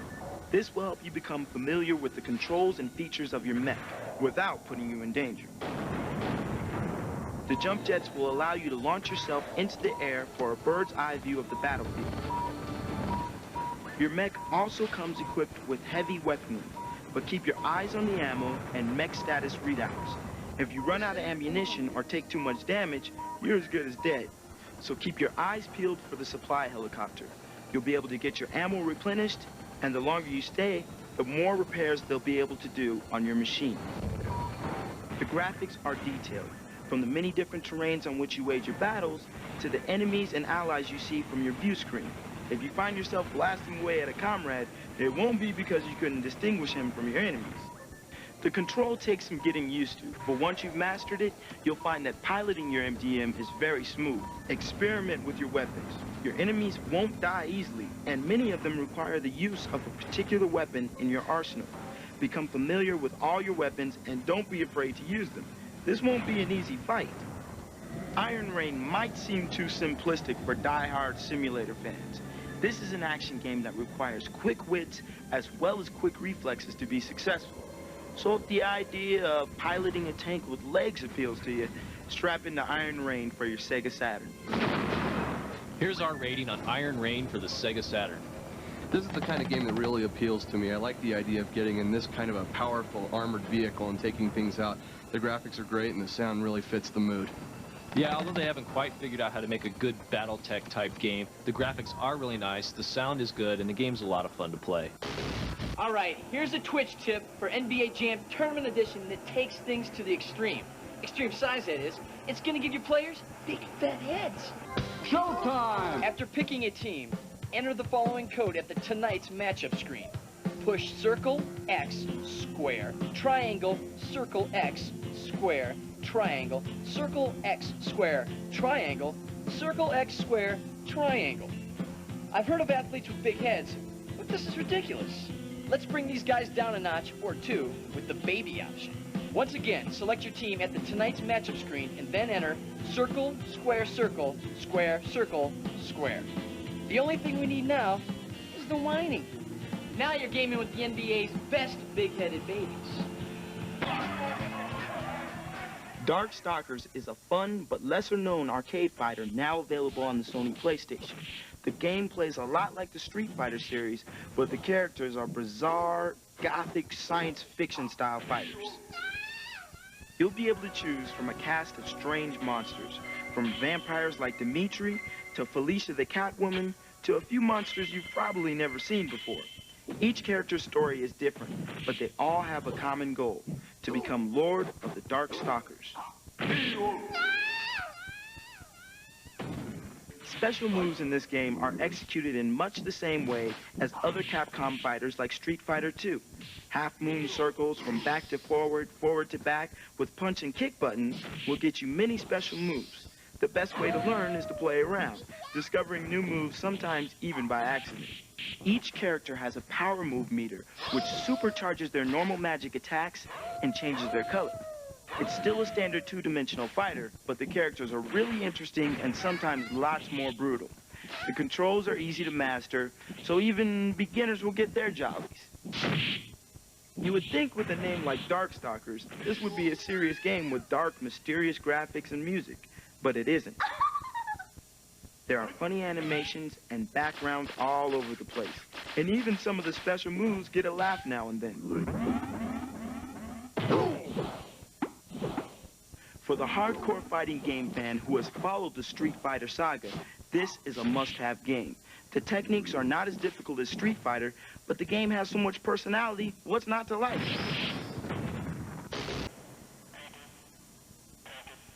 Pinball. It existed long before Pong. And while many video games try to capture the feel of real pinball, most fall short. The Last Gladiator for the Saturn is pretty close to the real thing.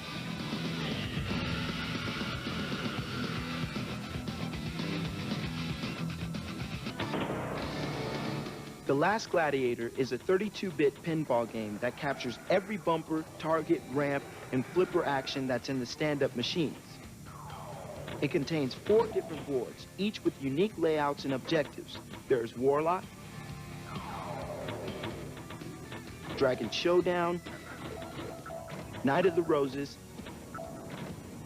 and The Last Gladiator. We who are about to die salute you. Everything that makes a great pinball game has been placed in The Last Gladiator. It contains ramps, extra balls, jackpots, and the all-important multi-ball adventure rounds. The physics are smooth and the gameplay is easy to follow, but occasionally the game displays appear and block out a majority of the board, making it difficult to keep track of the ball.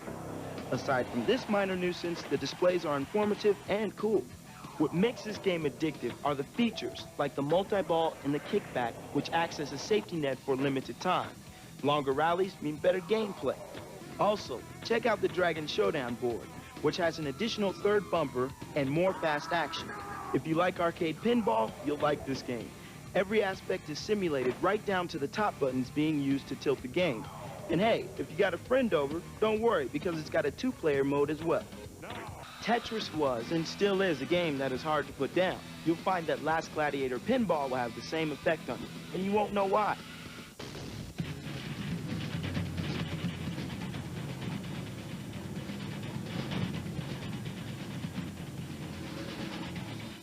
Here's a couple of codes for you to try out for Last Gladiator for the Sega Saturn. To get to the hidden victors table, enter the following code at the press start screen. XYZ, XYZ, CBA, up, up, and start. For this next trick, after you've set the Sega Saturn's internal clock, if you load the game between 8 and 11 a.m., you will see a behind-the-scenes video of the making of Last Gladiators. At the press start screen, hit CB, AA, BC, YZX, down, down, and start. These tips should help you from becoming the Last Gladiator.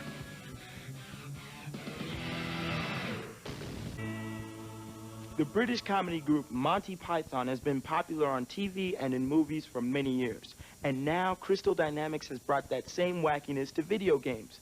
PlayStation owners can get in on the joke with the new role-playing adventure, Blazing Dragons. Blazing Dragons pulls a switch on the usual knight in shining armor story. Because in this game, the noble knights, the damsels in distress, and royal family are all dragons. Your character is just a lowly kitchen worker named Flicker. Tell the king I'm on my way. He's in love with the, beautiful princess. But the princess is going to be forced to marry one of the bonehead knights of the square table unless you can prove your value to the king and become a knight. You have a quick wit and an inventive mind, but that may not be enough. The human beings, an ugly pair of bad guys, are trying to take over the lands belonging to the dragons and have scheduled a tournament to decide the ownership. You are determined to fight in the tournament and prove your value to the kingdom as knight of the square table and win the love of the princess. Sounds easy enough, but the 4 knights of the square table are all thick-skulled idiots, and you'll have to save their skins along the way, too. Angelize, you have such fabulous cheekbones. You're such a tease, but don't stop. See what I mean? This is my latest invention, the automatic dishwasher. The game is the same as other adventures like Discworld, where the goal is to collect every item you can get your hands on, make that paws or claws or whatever it is dragons have, and put them together in a way that helps solve a problem or defeat an enemy. The problem is, the way the items go together won't always make sense. That's part of the charm. Monty Python fans will recognize several of the voices. This is the home for the grimly insane, where they treat clinically depressed storybook characters. Along with Cheech Marin of Cheech and Chong fame, the voice acting is what makes this game as funny as it is, along with plenty of inside jokes for people who remember their fables and bedtime stories. Please calm yourself, miss. Yablonowitz, Rapunzel, Yablonowitz. And how could I be calm with all this long hair? I thought Blazing Dragons was a fun adventure game with some pretty good jokes and unique puzzles. If you've tried Discworld and you liked what you saw, give Blazing Dragons a try. You have a classic case of scale envy. Now, think of that silly costume. Here's how we rate Blazing Dragons for the Sony PlayStation. I love the cartoony look of this game, and the user interface is really easy to get used to. I also like the fact that there was a lot of problem solving involved. The cartoon graphics are pretty nice, but what really sets this game apart is the voice acting, which is done by professional actors, and it's really quite funny. Hey, do you like rock and roll? Well, Johnny Bazooka-Tone does, and he's the hottest thing in music. Johnny and his band have brought peace and harmony to the world. However, the evil El Diablo, the Lord of the Underworld, has stolen Anita, Johnny's beloved guitar. Diablo has also sent his demons to kidnap the legends of the music industry. Now Johnny must enter the netherworld and pull off the most incredible rescue of his guitar and these music legends. The people at US Gold haven't really done anything revolutionary with Johnny Bazooka-Tone, but the graphics are interesting and very sharp, computer rendered in the same vein as Donkey Kong Country for the Super NES. The rockin' music was written and recorded by Richie Sambora and Tico Torres of the rock band Bon Jovi, but it never overpowers the so-so sound effects.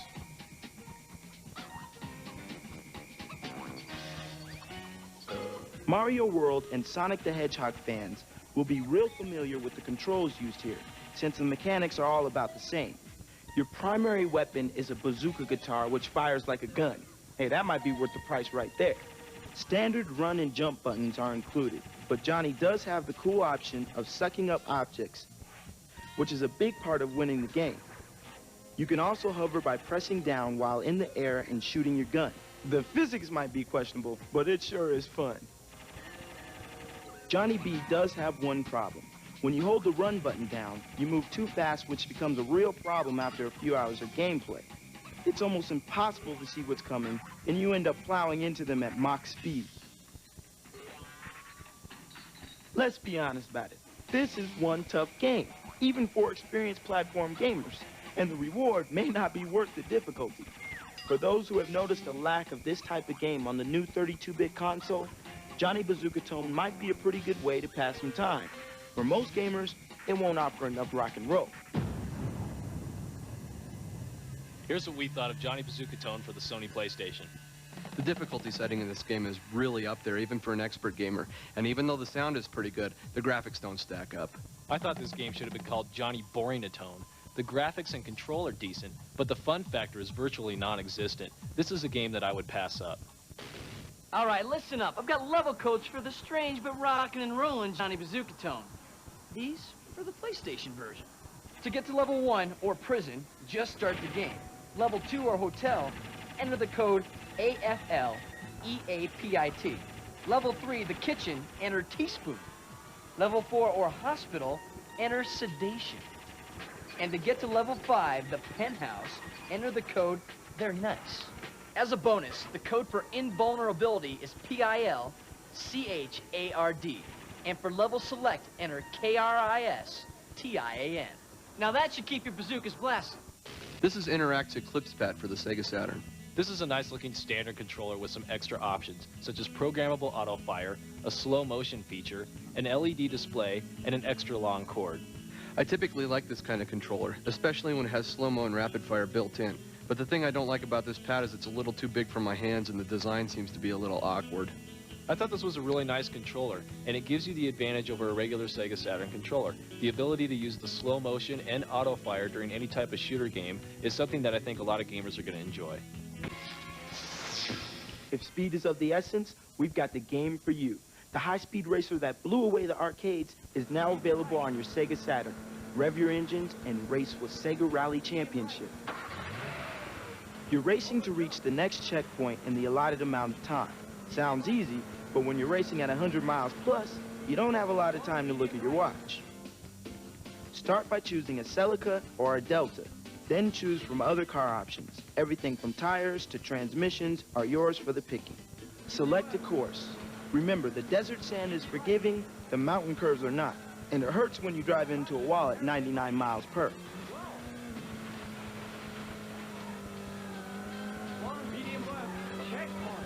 If you're new at this, choose the time attack mode, where it's just you against the track.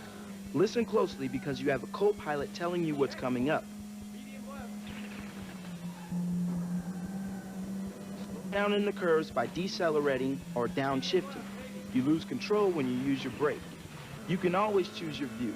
If you like the big picture, get behind your vehicle, or get right down into it with the windshield view. In the arcade mode, you battle 14 other revved up monster cars. There is a practice option here you might want to use before you bet any of your own cash on the race. If you want to get better before you race again, check out the replay mode. It takes you back and shows you your last race. This time you won't have to drive. So if your buddy says he's faster than you, call him out on it. Try the two-player mode and go head-to-head on a killer speed track. Sega Rally Championship. Don't blink, or you might miss it. First, there came Darkstalkers, which introduced us to a ghastly crew of strange, ghoulish fighters. Now that same gang is back in a new game called Night Warriors Darkstalkers Revenge for the Sega Saturn, and they're packing more punch than ever before. There are 4 new characters. There's Donovan, a half-demon, half-man who travels the world with a powerful, mystic sword called Killshred. Cienko, who is actually the ghost of 2 twin sisters rolled into one fighter. Phobos is a robot built by ancient Mayans programmed to defend the ancients against evil. And finally, there's Pyron, the final boss of the first Darkstalkers game, who has become a playable character in this edition. Now that you know a little bit about the new characters, let's check out the action. The new game looks a lot like the first one, but they've added a way of building your character's energy until you can execute a super move. A number will appear in your super meter. There it is. That's how many special moves you can do. You can use these to enhance your special moves so that they do twice the damage, or you can unleash one of your character's super moves to do huge damage to your enemy. Plus, it's very cool. Each character has more than one super move, so keep on experimenting. As fans of Capcom fighting games have come to expect, the game controls smoothly. The super moves are a little tricky, but everything else comes naturally to anyone who's played a fighting game before. Just about everything in Night Warriors has been upgraded. I just got finished kicking Kevin's butt in Night Warriors, Darkstalkers Revenge for the Sega Saturn. Yeah, you got lucky. Oh, yeah. And this is a really nice game. It's not as good as Street Fighter Alpha 2, but it's a lot of fun. Yeah, you know, I've always been impressed with Capcom's ability to blend great-looking graphics with a tight fighting game. Yeah, I like the fact that you've got the combos in it as well, and you can charge up a special meter for, like, super moves. Super moves are really cool. I mean, it's worth doing them just to see them. Yeah. But, you know, this, as a sequel, sometimes they tend to lose something from the original. And on this one, I think they actually improved. Well, yeah, some of the things I didn't like, though, was when you were fighting, you couldn't really tell what was going on. Yeah, sometimes it does get a little jumbled on screen. Any fighting game enthusiast probably already knows about this one, but I'm going to tell you anyway. Go out and pick it up because it's a solid fighting game with cool graphics and great sound. Night Warriors is one more fighting game in the bag for Capcom, but this one's a lot of fun to play. It's got really beautiful graphics, nice control, and excellent sound. This is one I would definitely check out. Okay, everyone loves Night Warriors for the Sega Saturn, but admit it, every once in a while you'd like to change a few things just because you feel like it. Here's how to do that. Access the appendix screen by going to the options screen and highlighting configuration. Then enter BX down AY. If you do it correctly, you'll hear a sound and the appendix option will appear. You can now choose different options for things like background music, CPU color, backgrounds, and animation. It's kind of like being given permission to color on the walls, isn't it? Have you ever wondered what would happen if you crossed an overhead shooter like Gauntlet with the gut-wrenching action of, say, Doom? You get one of the most kicking games ever. You get loaded. Okay, this is the storyline so far. You've been convicted of a crime you didn't commit, thrown into the nastiest prison in the sector, and now you're a little angry. You and 5 very strange friends have one mission. Break out of the prison, find the dude who framed you, and kill him. Big guns, big explosions, and major attitudes are what the 10 mercenaries of Loaded bring to the killing field. These guys are armed to the teeth with state-of-the-art weaponry that will definitely have you seeing red. And charcoal, too, on occasion. You also have to kill about a gazillion other guys on the way. The characters of Loaded are without a doubt some of the weirdest of any game. Here, let me introduce you to one. This is Butch, one of the biggest, baddest hombres on the PlayStation. He really has a thing for his flamethrower. But Butch, what's with the purple dress? Now for the good stuff, weapons.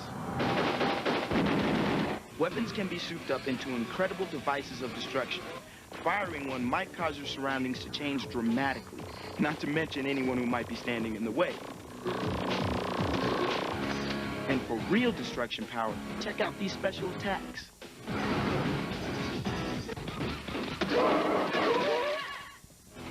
Besides awesome graphics, a fast and heavy soundtrack that rivals one of Valka's cruise missiles, and non-stop destruction, Loaded has a zoom-in, zoom-out feature to get you a little bit closer to the action. Loaded is a tense, violent game. Watch out for one thing. Whatever finger or thumb you use for shooting is gonna blister. Here's some tips for Loaded for the Sony PlayStation. For each of the following codes, you must first pause the game. Then, during the options screen, press and hold L1 and L2 for 10 seconds. Continue holding these and enter any of the following codes. For unlimited health, press right, right, left, down, down, up, triangle, circle. For unlimited ammo, press down, right, circle, left, right, circle. To max out your firepower, press down, right, triangle.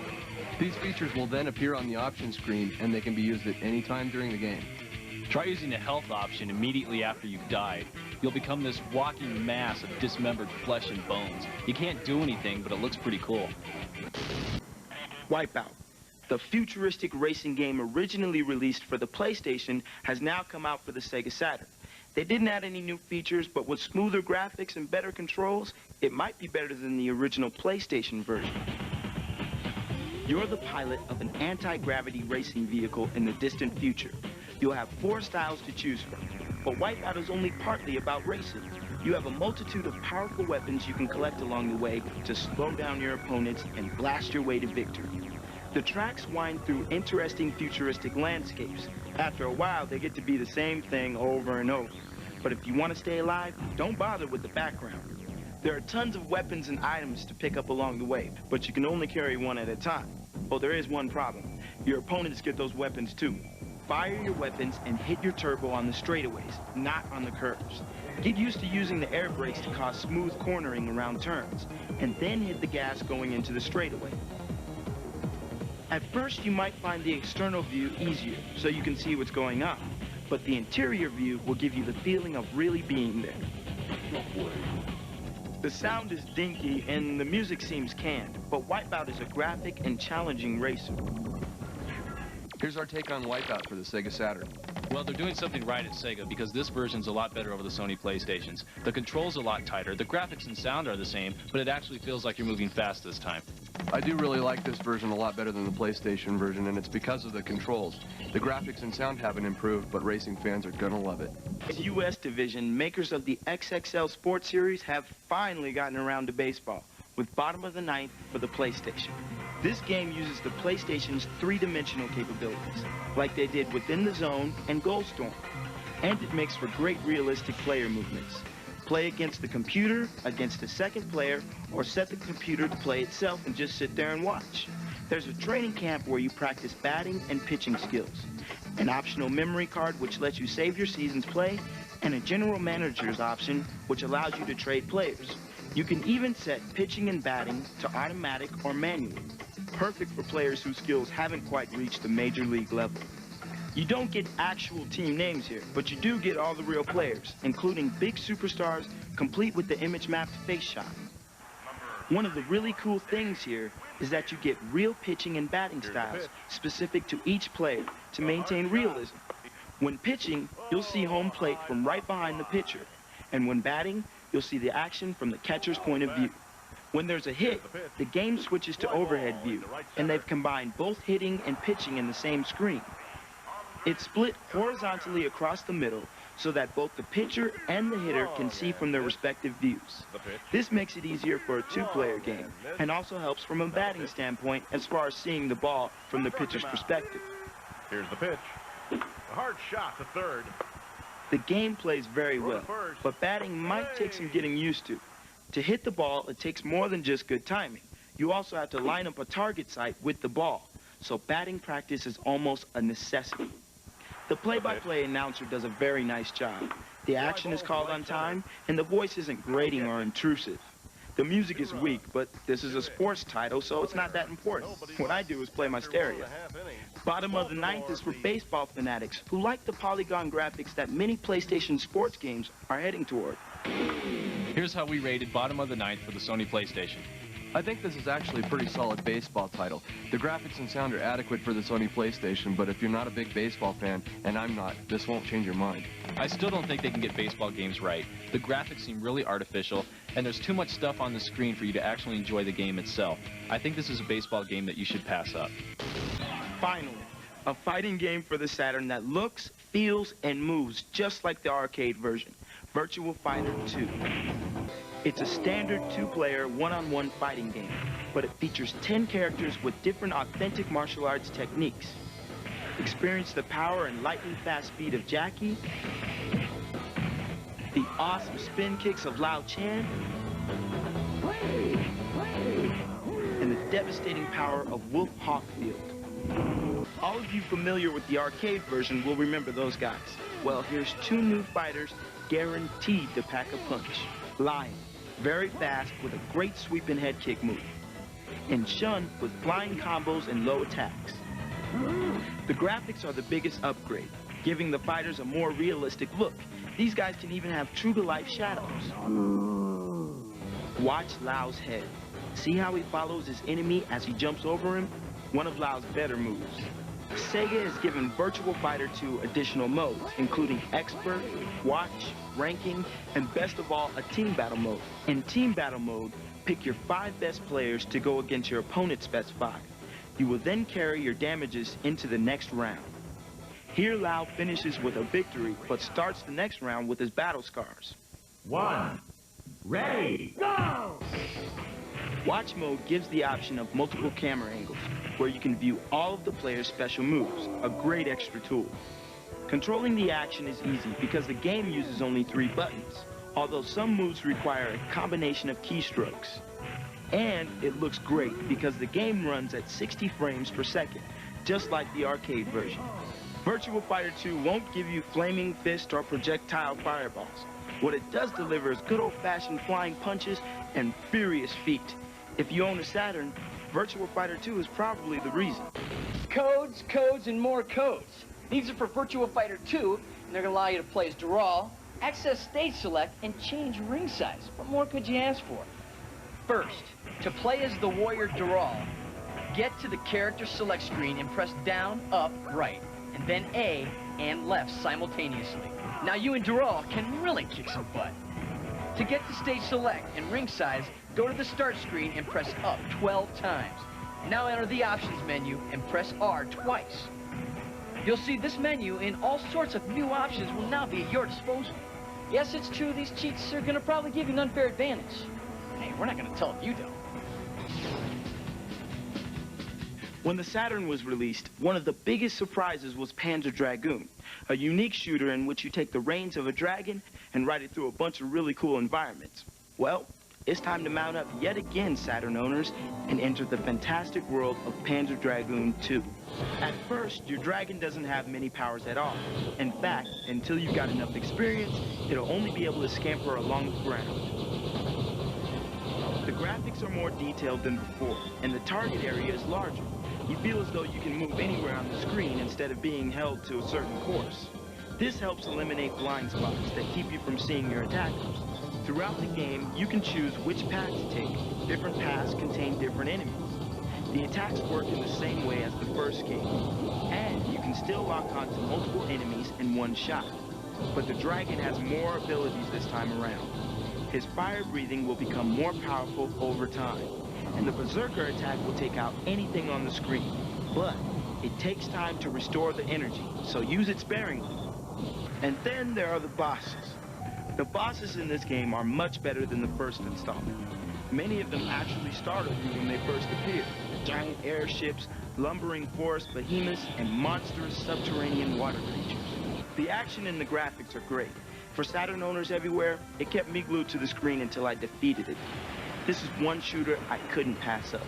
We've been playing Panzer Dragoon 2 for the Sega Saturn. I tell you, Kevin, this is a much better improvement over the first one. Yeah, it's really a must-have, as if the first one wasn't, but I think the graphics were improved enough to make it a must-buy again. Well, I like the fact that you can take your Dragon down different flight paths, so you're not really playing the same game twice. Right, and that's a problem with shooters, is that once you've played them through, that's pretty much it. You've got nothing left to play for. Yeah, exactly. And the sequences in between. Oh, the CGI rendered stuff is fantastic, but that only adds to an already brilliant game. Plus, it sounds good. Oh, yeah. I enjoyed that a lot. The music was always good, and the Panzer Dragoon series, I think it's probably the best on consoles right now. Yeah, hopefully they'll come out with a third one.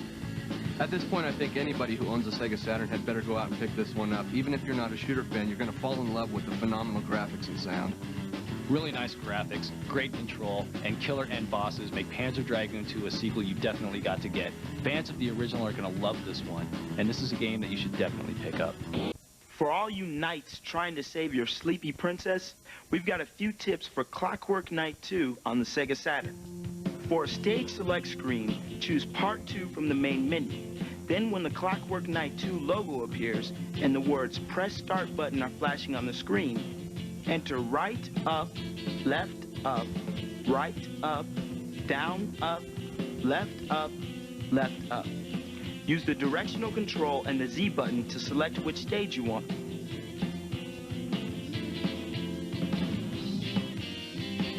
This should help you get past that nasty snake boss and save Princess Chelsea from the monsters that kidnapped her.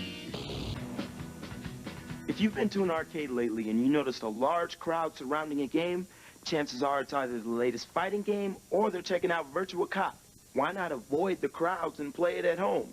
Virtua Cop is a direct port of the arcade game, and it's made exclusively for the Sega Saturn. Using the same polygon engine used in the Virtua Fighter series, Virtua Cop delivers great graphics and seemingly lifelike animated human characters. The plot is simple. You're a cop, you've got a gun, and bad guys are shooting at you, so you have to shoot them first. Think you can handle that? One thing you can't do is mow down the innocent civilians. Every time you do, you lose a hit point, and you only have 5 hit points per life. Why not pick up a second gun and try the 2-player simultaneous mode, or better yet, go two-fisted and solo. There are 3 main stages broken up nicely into beginner, medium, and expert. And there are weapon upgrades in the game, such as machine guns, shotguns, and automatic weapons. Use them while you've got them, because as soon as you take your next hit, it's back to your standard revolver. Most everyone who has played the old gun shooting games knows of the wait in between a shot fired and the game's reaction speed while it looks for the appropriate game footage.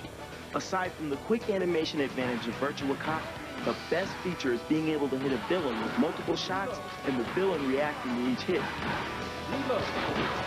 Ooh, that guy didn't stand a chance. And in case your skills are slipping, you can work on your aim at the practice range. Virtua Cop demands quick hand-eye coordination and an itchy trigger finger. With any luck, you'll rid the city of the evil Polygon people and restore peace to Virtua City. Here's how to get to the Options Plus screen in Virtua Cop without first having to beat the game. During the opening demo, wait for the white screen to appear with the Sega logo on it. On controller 1, hold down the C button and press up, down, left, right, down, up, right, left, left, right, and up. Enter before the AM2 logo disappears from the screen, and you should hear 3 gunshots. This will mean you have entered the code correctly. Now you have access to the ranking mode. Other options include 6 additional difficulty settings, free play option for unlimited continues, and access to all the weapons in the game. Sometimes a game comes along that creates such an impact that it's copied and cloned over and over by other companies. The best example of that was Street Fighter II. And now, Capcom has refined its own creation and given us Street Fighter Alpha for the Sony PlayStation. Street Fighter Alpha has been popular on the PlayStation and in the arcades for quite a while, so we thought we'd let you in on a few secrets you might not know. For instance, did you know that if you beat the game using only one character on difficulty level 6 or higher, a special team mode option will appear in the main menu? To play as the mysterious warrior Akuma, move the cursor to the question mark on the character select screen. Hold button L2 and press the following buttons in this order. Left, left, left, down, down, down, square, plus triangle, or circle, plus X. If you are playing using controller 2, use right instead of left.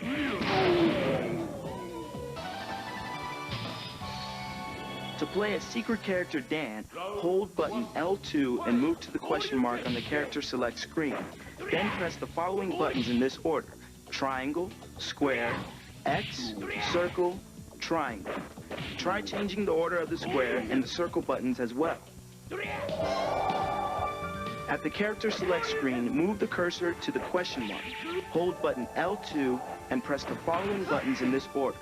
Left, left, down, down, left, down, down, square, plus triangle, or circle, plus X. Now you can play as Bison. Just like when getting Akuma, if you're player 2, substitute right for left. These tips should help you get more out of one of the best fighting titles around. Here's how we rated Street Fighter Alpha for the Sony PlayStation. This really might be the best Street Fighter yet. The graphics and sound are exact to the arcade, and fans of a good brawl can't miss with this one for the Sony PlayStation. I like the addition of new characters, different backgrounds, and the combo system, but it's still just another Street Fighter game. However, if you like fighting games, this is an excellent game to pick up for your Sony PlayStation. One of the funniest characters to hit the Genesis has wiggled his way onto the Saturn. Earthworm Jim yet again has to rescue Princess What's-Her-Name from the clutches of the evil Cycro. The game has not changed a whole lot from its 16-bit roots, but why fix it if it ain't broke?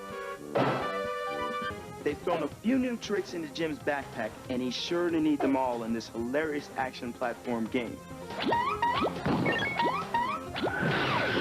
He'll get help from his sidekick, Peter Puppy, and the pet snot that lives in his backpack.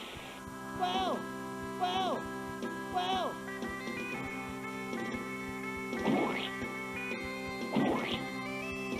Whoa!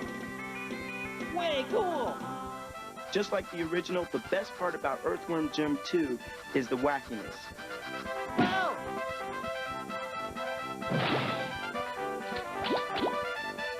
Throughout every level, there are strange puzzles for EJ to figure out. Pick up a pig, put him in the pig chute, flip the switch, and Jim gets by this nasty pond monster. Way cool! Pick up a weight and toss it on the other end of this plank to launch Jim into the next level. Jim will even have to inflate his own head with helium to float to the upper levels of this stage.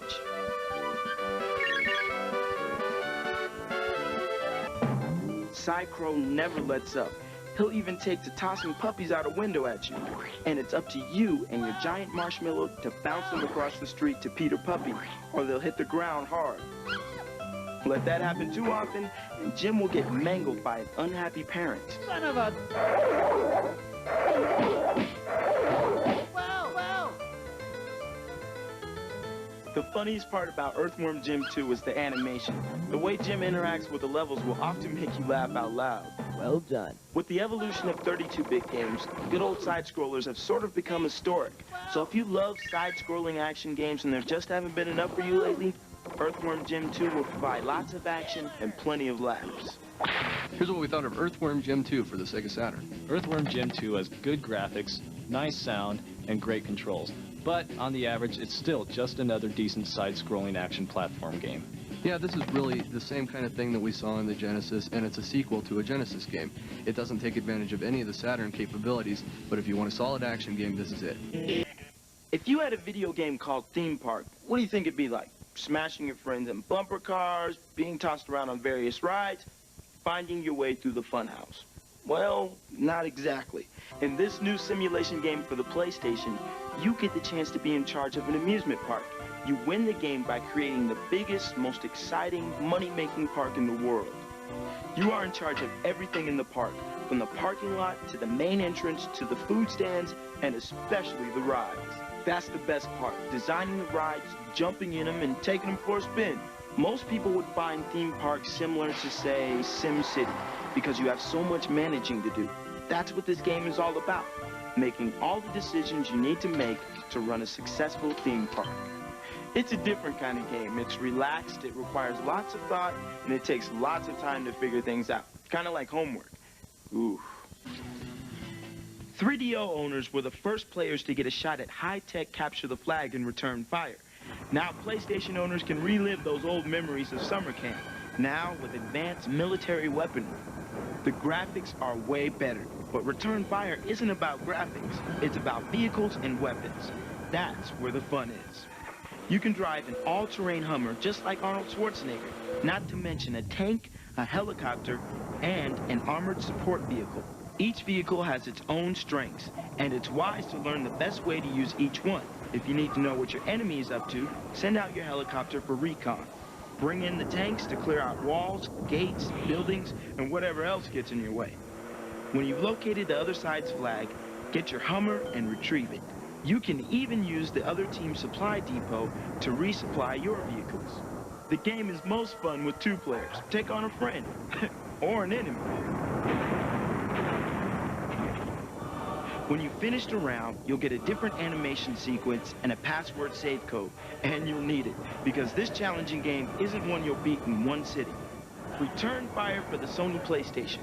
Capture the flag enters the virtual age. Here's how we felt about Return Fire for the Sony PlayStation. Return Fire is a great game. It's got really nice graphics, really good sound, and decent control. The best thing about it is the 2-player option. This is the ultimate 2-player game. If you love blowing things up with high-tech vehicles, this is the one to get. The graphics weren't great, but the classical music really sets the mood. In ThunderStrike II for the Sony PlayStation, the ultimate high-speed gunship has been unleashed on a group of terrorists. Who is the commander of this state-of-the-art death machine? You. You'll fly 26 different missions into trouble spots around the globe, including both day and night assaults. Your targets consist of enemy tanks, planes, ships, and troop carriers. Your chopper is fully equipped with an arsenal of cluster bombs, missiles, rocket pods, and the standard chain guns. Pick from 3 different views. From the nose of the craft itself, inside the cockpit, main target dead ahead, or above and in back of the tail. Travel over varied terrain, through mountains, along valleys, and over deserts and seas, right into the enemy's hidden base. The sounds in this game are pretty good, and although the music is uninteresting, at least it's not annoying. And during each mission, you hear the helpful voice of Mission Control giving you important info. Hello, Forest Book 1. Do you copy on the code 179er? This is a green light for a go, go, go. Play control is responsive, and while it might take some time to become familiar with all the options on the controller, after a while, you feel like a seasoned pro. The new player's primary concern should be to spend some time becoming familiar with the maneuvering of the chopper. Too many direct hits spell doom for the rookie pilot. And certain weapons will do better against an air target than a ground target. These are things that can only be learned by experience. The graphics in this game are fair. The pop-up is a major problem, though, because when you fly through the desert, you'll find mountainsides popping up where previously there were only open spaces. This causes you to end up in a dead end that you could have sworn wasn't there a moment ago. It's a major flaw in the design of the game. The best part about ThunderStrike II is the difficulty levels, because it's not so hard you want to give up on it, and yet it stays challenging enough to be fun for a good long time. Hey, I got level codes for ThunderStrike II on the PlayStation version. It's gonna let you create total mayhem! To input these codes, go to the password entry and just put them in. On your screen now are the stealth setting codes, levels 1 through 3. Hurry up and write them down. To do battle in the South China Sea for levels 1 through 3, input the codes you see on your screen right now. Then go on and destroy, destroy, destroy. Main target dead ahead. To put an end to all the problems in the Persian Gulf, here are the codes for the Gulf 1 Canyon levels.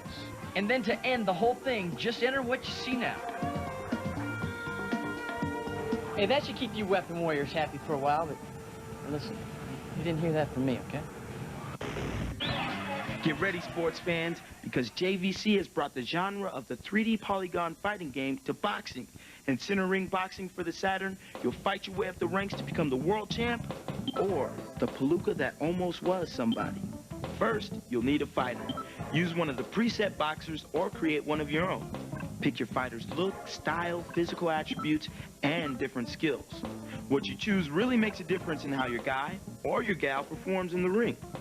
If you want to get better, you gotta go into training. CRB gives you a bunch of attacks, defenses, and moves that are true to boxing form.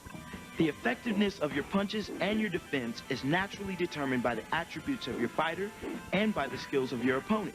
Oh, this is cool. You can get a variety of views, angles, and zoom capabilities. The key to winning this game, as in real boxing, is as follows. Throw smart punches. Remember, accuracy is important in boxing because there are refs keeping score. Know your opponent. Each boxing style has a weakness. Find the weakness and attack. Don't waste your strength! Also, watch your power and damage bars. If they're getting low, cover up and back off so you can regain some strength and stamina. If not, you'll be the one on the mat. Another nice feature of this game is the ability to replay a whole round while working the camera angles. If you beat all 31 contenders in your division, not only are you the champ, but you get to access some, well, unique new fighters. Check these guys out. Keep the rhythm. What a burn! Look at that killer blow! The boxers move on their feet pretty good, but sometimes the punches are a little slow off the controls. I think that was my problem too. Uh-oh, here comes round 2. If you're looking to slash your way through a sports game that has blades, sticks, and guys with no teeth, Sega has brought forth the quest for the cup. Hit the ice with NHL All-Star Hockey. Sega brings a lot to the party before you even get to the game, like real NHL action clips. Marv Albert taking you on a tour of the Hockey Hall of Fame. A grand old building. Or set up a complete Stanley Cup playoff package with 16 teams chasing Lord Stanley's Cup. But hey, it's hockey action you want, so build a team and hit the ice. Grab an NHL team and make some trades or construct your own players and teams from scratch. Once you're ready to play, take out your teeth, lace up your skates, and drop the puck. Ooh, but you better be ready for the likes of Sergei Fedorov. The sounds of the game are fun. The crowd, the organ, the sticks, you feel like you're in the game. And you can watch the game from almost any angle. 2 other features make this game great. If you want to kick some butt at a friend's house with one of your powerhouse teams, transport one of your design teams to another Saturn, if you have a memory card.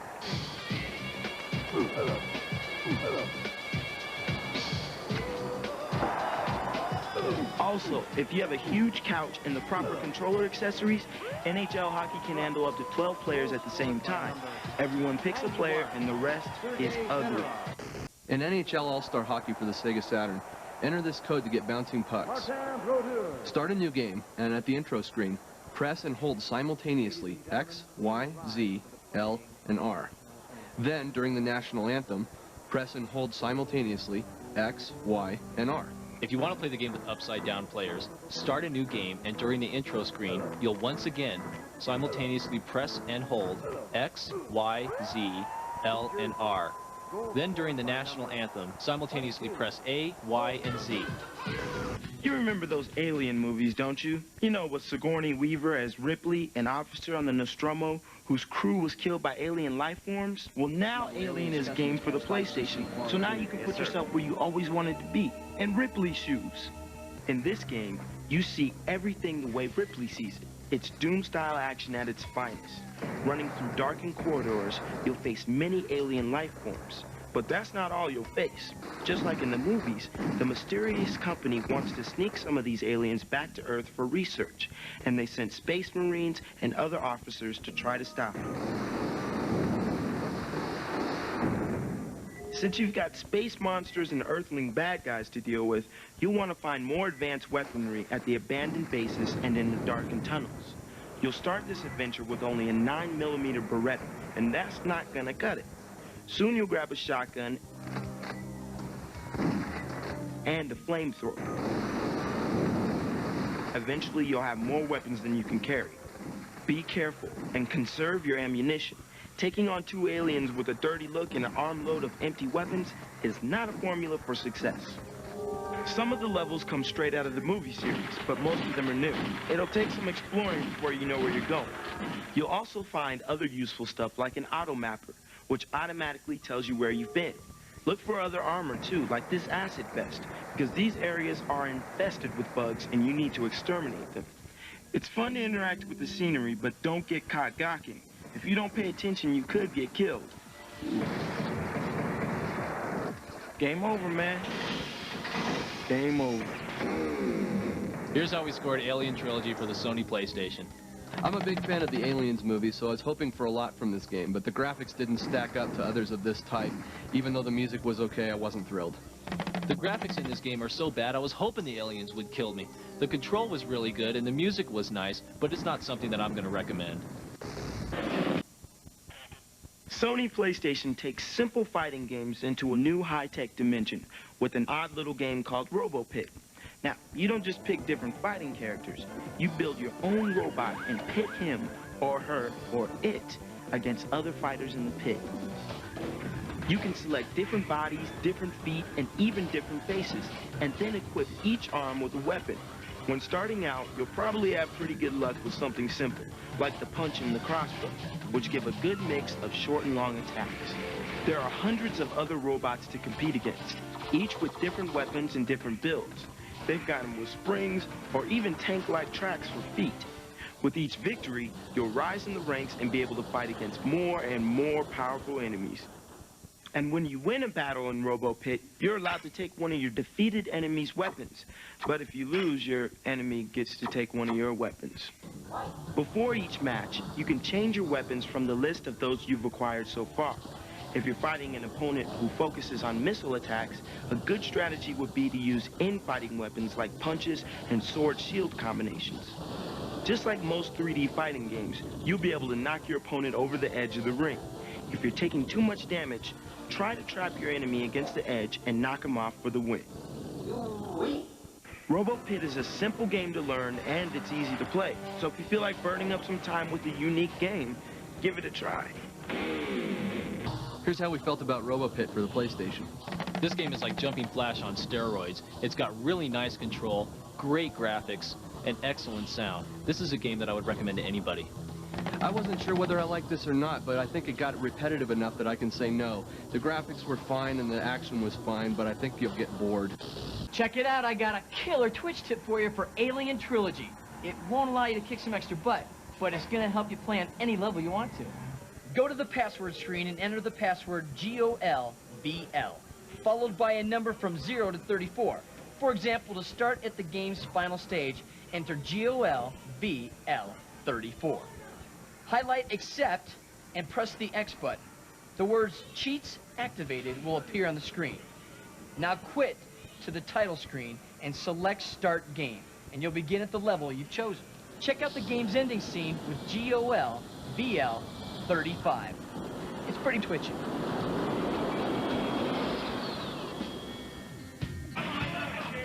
Zero divide is a computer term for a serious error that could cause a system crash. Hopefully that won't happen when you play Zero Divide from Time Warner. This is yet another fighting game that seems to specialize in dramatics, special attacks, hits, and looks. But how does it play? Most of the 8 characters look like something out of a nightmare. Some are armed with weapons, some without. Zero Divide is a 3D-style polygon-based fighting game much like Tekken and Toshinden, though not as refined. The fighters look real awkward, but not all of them play that way. As far as fluidness and control, Zero Divide is so-so.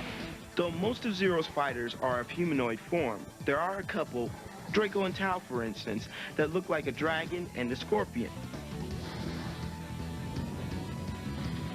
And though they have some pretty nifty moves, newcomers will probably be easily confused till they get the hang of it.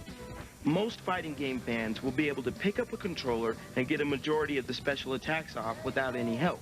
Moves are the familiar fireball moves, the forward, back directions. You get the gist of it. Zero Divide is an average fighting game. It has some originality, but it still lacks the raw power of games like Mortal Kombat, Tekken, or Virtua Fighter. So if you can only buy 1 or 2 fighting games this year, Zero Divide should not be one of them. Hey, what's up? Steve Saunders here. Listen up, something funny's going on with Gex. Actually, with the guy who does the voice of Gex, comedian Dana Gould. And I grew up in this little town in Massachusetts called Hopedale, Massachusetts, which is the most ironically named town in the country. There is no hope anywhere near Hopedale. You know what life in the 70s was like. To change the channel on the television, you had to walk across the room, turn a knob with your bare hand like a monkey in a lab trying to get a nut in an experiment. I remember leaving home to go into show business. Dad, you might put me down, but I got dreams. And I'm gonna be the voice of a lizard! It's gonna happen! Don't do it, son, I swear! Your uncle wanted to be the voice of a turtle and broke his heart! I tell my parents, they don't even understand. I'm like, Mom, I'm doing Letterman. I finally got Letterman. Your brother bought a truck? I wish they'd just come right out and say it. Mom, I'm gonna be in a movie. It'll never be enough, son. Thanks, now I can relax. 4 friends discover an ancient sword with magical powers. The sword, it turns out, can summon a magical undead warrior called the Golden Knight. So begins Guardian Heroes, the latest action-adventure game for Sega Saturn. Your job is to battle through hordes of evil knights and other enemies on your way to a final showdown with the evil spirits of the world, and to save the kingdom from certain disaster. The gameplay is fairly simple side-scrolling action. You'll make your way from left to right, battling scores of bad guys. And what makes this game unique is that there are 4 different planes to fight on, so you can avoid an enemy by stepping into or out of the screen, like this. Now, just like in role-playing games, you'll gain experience points you can use to strengthen your character's weak points. But be careful. Certain characters work better with certain kinds of qualities. For instance, it's important for a magic user to have high levels of intelligence and mental abilities. Give strength and vitality to your warriors. Throughout the game, there will be interruptions where you and your party will have to choose from several possible paths. The path you choose, along with the character you've used, will ultimately determine the ending of the game, should you reach it. When you summon the legendary Golden Knight, it's kind of tricky. You can make him be aggressive or have him back off a little bit, but you can't control him completely. The story continues to unfold right in front of you during the intermission. This game combines the best elements of a standard scrolling game with a good role-playing game. Fans of either type of game will want this for their Sega Saturn. You know, Guardian Heroes for the Sega Saturn is kind of a throwback to the old 16-bit action games. Even though the graphics aren't that great, I still enjoyed it. I don't know, I didn't like it that much. I mean, they have a pretty cool idea trying to, you know, combine the role-playing and the side-scrolling element together, but I just didn't think it worked out. See, this is my type of game. I mean, back in the 16-bit days, this was all I used to play with side-scrollers, and now in the days of polygon graphics, I haven't seen any of them. Well, see, exactly, there you go, with 16-bit. Now, I mean, we're in 32-bit now, so they've got to stop going back to the 16-bit type genre. Well, if only they could capitalize on the strength of the Saturn, but they really don't in this game, except for the sound. I don't know. I mean, I just think the whole entire sword fighting and all that stuff, I just thought it was lame. See, this is the kind of game I think is for the guys who want to reminisce about the old 16-bit side-scrollers. It's got good magic, great hand-drawn art, but it's not for the guys who are into the newer generation of games. This game's all right for the novice gamer, but I think anybody who's had experience with role-playing games might look for something else. I don't know about you, but I like my sports games one of 2 ways: true to life or arcade-style mayhem. For fans of NBA Jam, Crystal Dynamics is giving PlayStation owners the update of a 3DO classic called Slam and Jam. And this time they got a little help from a couple of basketball legends, Magic Johnson and Kareem Abdul-Jabbar. Slam and Jam gives you several game options. You can play in exhibition mode, or you can go through a full season.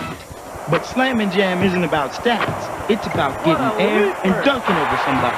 Hence the name, Slam and Jam. The game doesn't have an NBA license, so the only real basketball players you'll see are Magic and Kareem. But they put together a dream team with both of these ex-Lakers legends. That's tough to beat. Kareem's skyhook and Magic's amazing passing are in it. And apparently, they taught everyone else how to do them, since they all have the same moves. You'll get constant commentary from Van or Wright.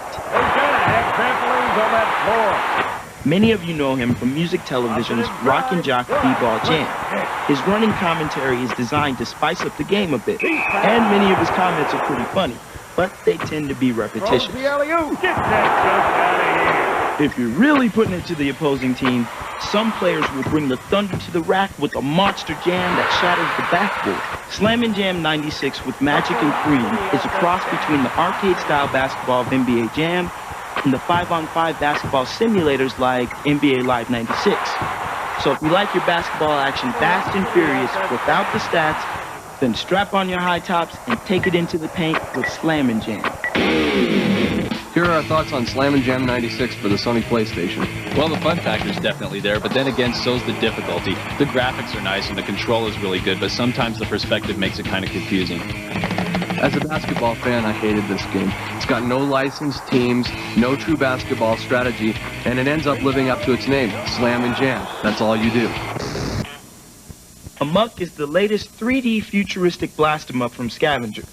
This one will push your Saturn graphic capabilities to the edge. Amok takes you to a futuristic underwater world, and you're the captain of a heavily armed underwater vessel. Your job is simple enough: blast everything that moves. Take a look at what you'll see when Amok is completed. The action can be viewed from 3 angles: behind the vessel, which gives you a good look at the battle and where your sub is headed, a wide-angle shot from behind for an overview of the battlefield, and finally, a satellite shot which gives you the best look at the enemies out to get you. Power-ups are placed throughout the game, some hidden, others out in the open. Weapons and health are the common items. And upgrades make your guns more powerful. Watch out though. Often these power-ups are guarded and enemies might hit you of more energy than you found in the first place. At the start of each new level, you'll get your mission objectives, then you'll be let loose to wreak havoc on the unsuspecting underwater populace. From what we've seen, the graphics are the big winner in Amok. They are unsurpassed by anything else on the Saturn. This game is entirely off the tracks. In other words, you can go anywhere you want. You owe it to yourself to do some exploring on every level, if for no other reason than to view the phenomenal artwork. And did we mention that Amok is really difficult? Well, don't say we didn't warn you. The enemies are fast and powerful. It's an excellent challenge for even the most experienced gamer. With luck, this game will undergo some difficulty adjustments and come out smelling like, well, Amok. It deserves to be in the collection of any fan of first-person shoot-em-ups. So, watch your head. Amok is coming soon. This just in. Michael Jordan, the greatest basketball player ever to play the game, has lost it and gone loony. Looney Tunes, that is, for Space Jam. Hey, Bob, what's Mike been up to? Mike's not only starring on the court, starring in his first movie, Space Jam, and we've got him in the game. It's the first 3-on-3 basketball game. Features Michael Jordan. We have a scanned image of Michael. It's going to look exactly like him. Michael taking on the Monstars. A few of them are walking around. If you see them, let me know. They're both going to come out at the same time this Christmas. He's got some pretty good gamers and teammates, Bugs Bunny and Daffy Duck, too, huh? That's right. He's got the whole Looney Tunes game. Oh, excellent. So you guys, check it out. I think Mike's got some pretty stiff competition on the basketball court. With all the fighting, sports, and shoot-em-up games that have come out for the 32-bit systems, one overlooked group has been patiently waiting: role players. For Sega Saturn owners, the wait is over. The people who made the Shining Force series bring you Shining Wisdom. You are a young man named Mars, a simple guard in the king's castle. Mars' family line has produced many heroes, and son of a gun, little Mars seems to be destined to become a hero himself. The king's daughter has been kidnapped by the evil Panzer. It's up to young Mars to defeat him and his minions and restore peace to the land of Odigan. The graphics and gameplay will remind players of their favorite 16-bit role-playing games, and most RPG fans won't mind that there hasn't been a huge leap in graphic quality here. The music is fun, ranging from progressive rock to standard orchestrated music. All of it will set the right mood for guiding Mars on his quest. Here are a few tips to make Mars become a legend and not a casualty. To run faster, jump further, and do more damage, press X, Y, and Z buttons repeatedly to charge up your power meter before you take action. By combining different orbs with your equipment, you can perform magic. Learn what each of the spells do, and you'll be able to gain special items and make it safely through dungeons. Behind a small body of water on your map, you'll find a man selling a pair of magic pajamas for 1,000 gold pieces. Freeze the water to get to him and buy the pajamas. Not only are they comfortable, but they also come in handy when you find yourself deep in a dungeon without any herbs. Toward the end of the quest, you can relax and play a racing game.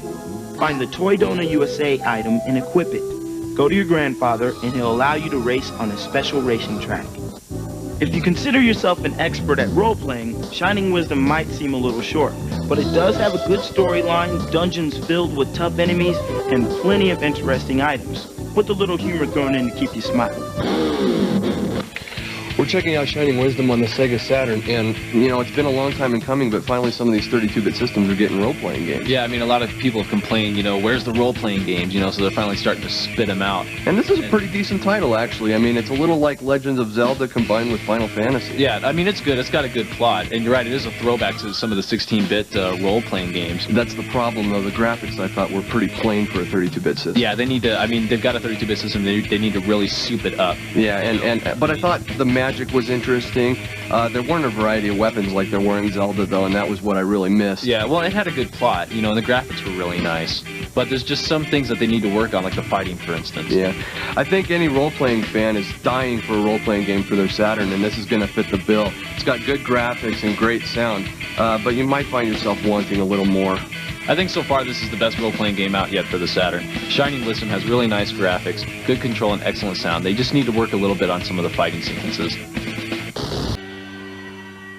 What up? It's time to step up to the plate and sport some good wood. That's right, we're talking baseball. And we're hanging out with the Director of Sports Development for VR Sports, Matt Finley. You know, Matt, with so many baseball games out on the market these days, what's the big whoop about yours? Well, we have the only baseball game coming out that has combined a real-time 360-degree 3D environment with both licenses from Major League Baseball and the Major League Baseball Players Association. That gives us realistic 3D models of every baseball stadium, all the real teams, and all the real players. Like Fred McGriff here? Yeah, we've taken photographs of every single Major League Baseball player, scanned them in, had artists touch them up, give them to our 3D artists who apply them to the 3D models you see before you. Cool. Hey, that's the pitch. Grab your bat, go down swinging with VR Baseball 96. Okay, what's the most popular sports game in the world? No, it's not TPing the neighbor's house, it's soccer. And the most realistic, most exciting soccer video game ever has arrived for the PlayStation. No, you don't need a virtual reality headset for this one, but what you do need is quick reflexes and a love for soccer. VR Soccer 96 lets you select from simple practice, a friendly game with one of 44 international teams, or you can challenge for the World Cup. Up to 4 people can play, so get your friends to team up. The graphics and the action are very realistic, right down to the fancy footwork. Sometimes it looks like you're watching a television broadcast, except no TV camera could zoom and glide in and out of the action the way this one does. And the play-by-play voice is so real, the guy seems to be following the game, not just saying the same few phrases over and over. This one works perfectly every time, and really adds to the game. Each team has its strengths and its weaknesses. And if you follow World Cup soccer, you'll know which teams are the best to choose. If you don't, the game has stats to help you out when choosing a team. The player moves were all motion captured from real players, so they all move like the real thing. I mean, check out the way this guy gets control of the ball and then dribbles on. Good passing movement, variation they're showing. It's so real. You'll be able to trap the ball, head it, do various acrobatic moves, and slide tackles just like the pros do, but without the grass stains. The controls take a bit of getting used to, but once you know what you're doing, the game flows naturally. If you want more of a free-flowing, high-scoring game, choose the arcade mode, and the refs will swallow their whistles. VR Soccer 96 will put you right in the action, so move over, Pele. Here's what we thought of VR Soccer 96 for the Sony PlayStation. You know, I'm not a big fan of soccer, but I like this game a lot. The graphics were sweet, and the play-by-play was spot on. I'm getting really tired of soccer games, but this one was quite refreshing. It's got really clean graphics, nice sound, and excellent control. You may want to check this one out. Hey, if you like to cheat like I like to cheat, you're going to love this code. It's going to let you access the hidden course on Sega Rally Championship 95. Get to the main menu and hold the X and Y buttons. Then choose either Time Attack Mode, Two-Player Battle, or Arcade Practice Mode. Now press button C 3 times. When it's time to choose a track, you'll find that the extra Lakeside course is now available. Press right at the course menu to find the new track when playing in Arcade Practice Mode. Medium left. Medium left. And now you don't have to beat the first 3 tracks on Arcade Championship Mode in order to race on Lakeside. Pretty cool, huh? If we told you you were about to see a new, fast-action racing game, the likes of which gamers had never seen before, would you be excited? Well, ready or not, here's Scorcher from the folks at Scavenger, and it's coming to your Saturn. Set in an environment like Road Warrior, you'll race through strange post-war landscapes, jump huge hills, avoid giant pits in the road, and dive into underground tunnels on your way to the finish line. The unique craft you pilot is surrounded by a giant laser or electromagnetic field. Your vehicle maintains its forward momentum without resistance. Left and right on the D-pad will move the entire craft free of restraints or friction. Fine turning adjustments are made with the index finger buttons. Beyond that, it's all standard gaming control. 2 racing views are available. The first is from the driver's perspective just as he sees it, every turn and obstacle. Or you can view from just above and behind the driver. It gives you a great feel for distance and speed. Be careful. You'll soon find things moving so fast, your eyes may not be able to keep up. Say hello to the smoking remains of your bike. We told you this game was fast. The graphics are out of this world. The landscapes, tunnels, roads, and hills are beautifully texture mapped and look real enough to suck you right into the game. You'll be weaving and ducking your head just to be sure you don't lose it. The tracks are plenty big, and it's one bone-jarring turn after another. One minute you're flying down an underground pipeway, the next you're avoiding obstacles high above city streets. The music is techno-style, good enough to dance to and more than adequate to keep your adrenaline pumping. Scorcher will probably turn out to be a must-buy for every Saturn racing fan. It's one all-around hot game, and it will be one for the ages, no question. One of the top dogs for Sega, Michael Rivero, has been kind enough to stop by and give us the inside scoop to this Netlink. What's up with this? It's probably one of the coolest things we've ever done. A lot of people have talked about this network access device, this network computer that was going to retail for $500.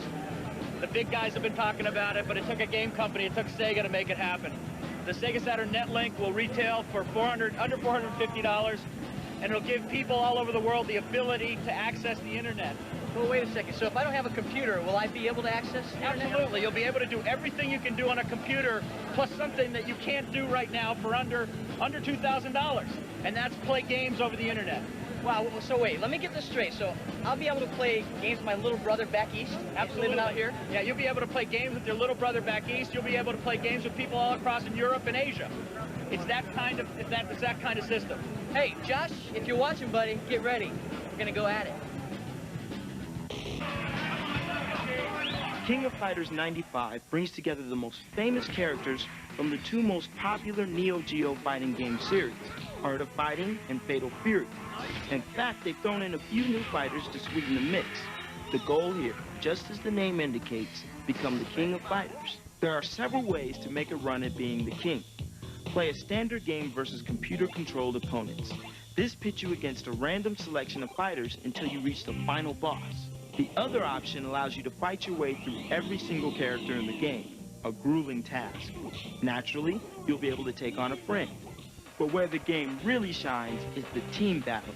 You select any 3 characters and pit your team against another group of 3. When fighter number 1 loses, The second fighter joins the fray with fresh legs and hopefully a worn-out opponent. Whoever's the last fighter standing wins that match for their team. The control is very similar to all the fighting games. There are 2 punches and 2 kicks, weak and strong. The throw button tosses an opponent when used close, and punches or kicks when used far away. The dodge button sidesteps an enemy's attack. A taunt button reduces your opponent's spirit power, and the spirit charge up unleashes devastating attacks. Watch out though. When you charge your power, you're wide open to attack. Taking too many hits or performing certain moves will also cause the rage gauge to grow in strength. The graphics are arcade perfect, and the animation and backgrounds are excellent. Take a good look at the introductory sequences to each level. This game is a sight to behold for any fan of Japanese animation. The characters look ripped straight from a Fatal Fury movie. The sound and voice samples, as well as the music, are all just right. It's hard to think of much that's wrong with this game. The difficulty level is pretty high. For novices, the easy setting will provide a stiff challenge and hardcore fighting. Enthusiasts will probably break a sweat on the hard setting. So bring on King of Fighters 96. We've been checking out King of Fighters 95 for the Sega Saturn. Wow, another fighting game. Well, you know what? This is my favorite fighting game, actually, and I'm surprised to hear you say that. Even though I love Tekken 2 a lot, I still think there's room for the side-scrollers. Well, no, I mean, don't get me wrong, it's a really good fighting game. It's just that that's all they're spewing out, is fighting games. Yeah, and SNK is really known for that, too. I mean, on the Neo Geo, that's all they did was fighting games, and now, finally, the Saturn owners get a look at them. Well, I like this game, you know, because it has so many characters that you can choose from. What are there? Some over 20 at least. And I like how when you're fighting, if you look at the backgrounds carefully, you'll see other characters, like when you're playing in team play. Yeah. Right? And one of your team members loses, they start crying or they're happy. Yeah, the graphics I thought were very good for a 2D game. If you're a fighting game fanatic, this is a must-have. It's got a huge stable of moves, and you're going to love it. King of Fighters 95 is another good fighting game for the Sega Saturn, but it's still just another fighting game. They need to come up with something new. Sir Pepper Child III is back in part 2 of the Clockwork Knight saga. The first version ended with Princess Chelsea fast asleep, unable to wake up. Then suddenly, to add to her trouble, she's kidnapped. It's up to Pepper yet again to rescue the princess before sunrise. The gameplay is precisely the same as the first, but oh boy did they spruce up the graphics. Everything is computer rendered, and the surroundings, from a huge bathroom, library, and even the inside of a huge old clock, are colorful and fun. The animation is usually hilarious, and the bosses all still incredible looking. This snake-like creature is the first one, and watch what happens when Pepper finally figures out how to kill it.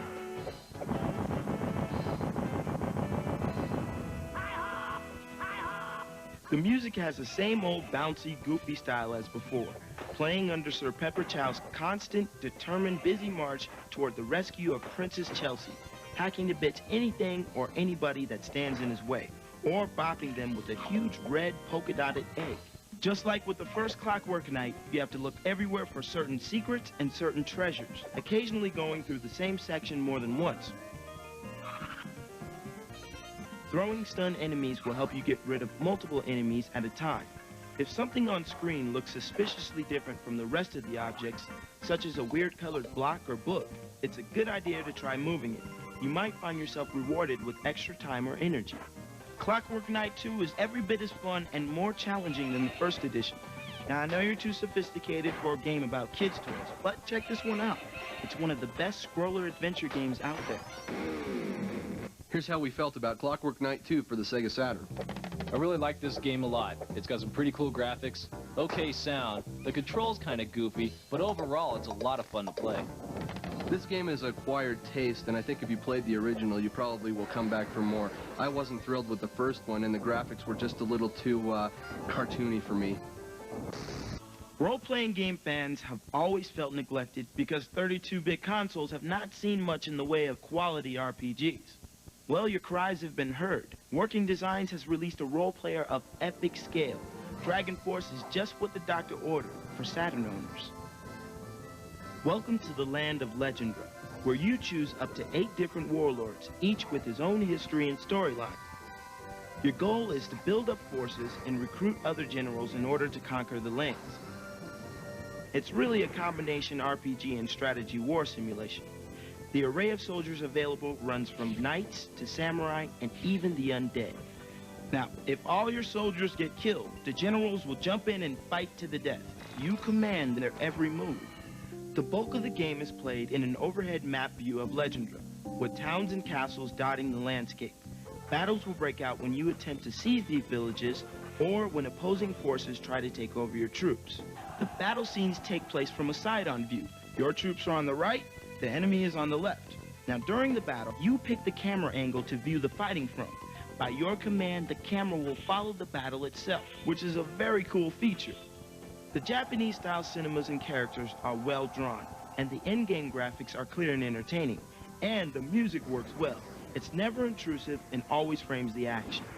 The creators of Dragon Force say it will take a good player between 50 to 60 hours of gameplay to conquer it. There is so much here that it's quite possible. With so many warlords, storylines, and new armies to command, it shouldn't lose its play value anytime soon. Overall, it's well suited for die-hard RPG fans who like a little strategy thrown in. It's a tough game because you'll make decisions that will ultimately lead to successful conquest or crushing defeat at the hands of rival warlords. Set aside plenty of time, because that's what it's going to take to defeat Dragon Force. Here's how we rated Dragon Force for the Sega Saturn. If you're a fan of strategy and role-playing games, you're going to love this one. I think the graphics could have been done better, but otherwise the gameplay is fantastic. The graphics aren't going to make you want to go shout out, "Thank God I'm an American," but the sound and control round out an otherwise decent game. Did you know that Clockwork Knight 2 has 7, that's right, 7 hidden minigames? This is how you get to play them. Choose the Bosses Galore options, and while that title is on the screen, press up, up, right, right, down, down, left, left, X, Y, and Z. You'll hear a little tune and the word minigame will appear. Now choose Start to find the hidden minigame corner menu where you can choose to play 7 games with the little Pepper Chow character from the loading screen. Forks is a funny game for Earthworm Jim 2 fans. You'll face a crazy driving challenge in Horsey. Cannon 1 is like a super fast version of Space Invaders. Now that should be enough to drive you cuckoo on Clockwork Knight 2. Check it out. The game that makes senators cringe just won't go away. Mortal Kombat 3 is now available for the Saturn, and this is the ultimate version of the game. Ultimate MK3 is an upgrade of the PlayStation version, but the story remains the same. Evil outworld overlord Shao Kahn has invaded the Earth realm and enslaved its population. It's time for our heroes to overthrow him and restore Earth to its normal state. Ultimate MK3 has several different modes of play. Normal Mortal Kombat is the old style of play, you versus an opponent or the computer. 4-player mode gets a 2-on-2 matchup going, and there's even an 8-player tournament mode for a true rumble on the couch.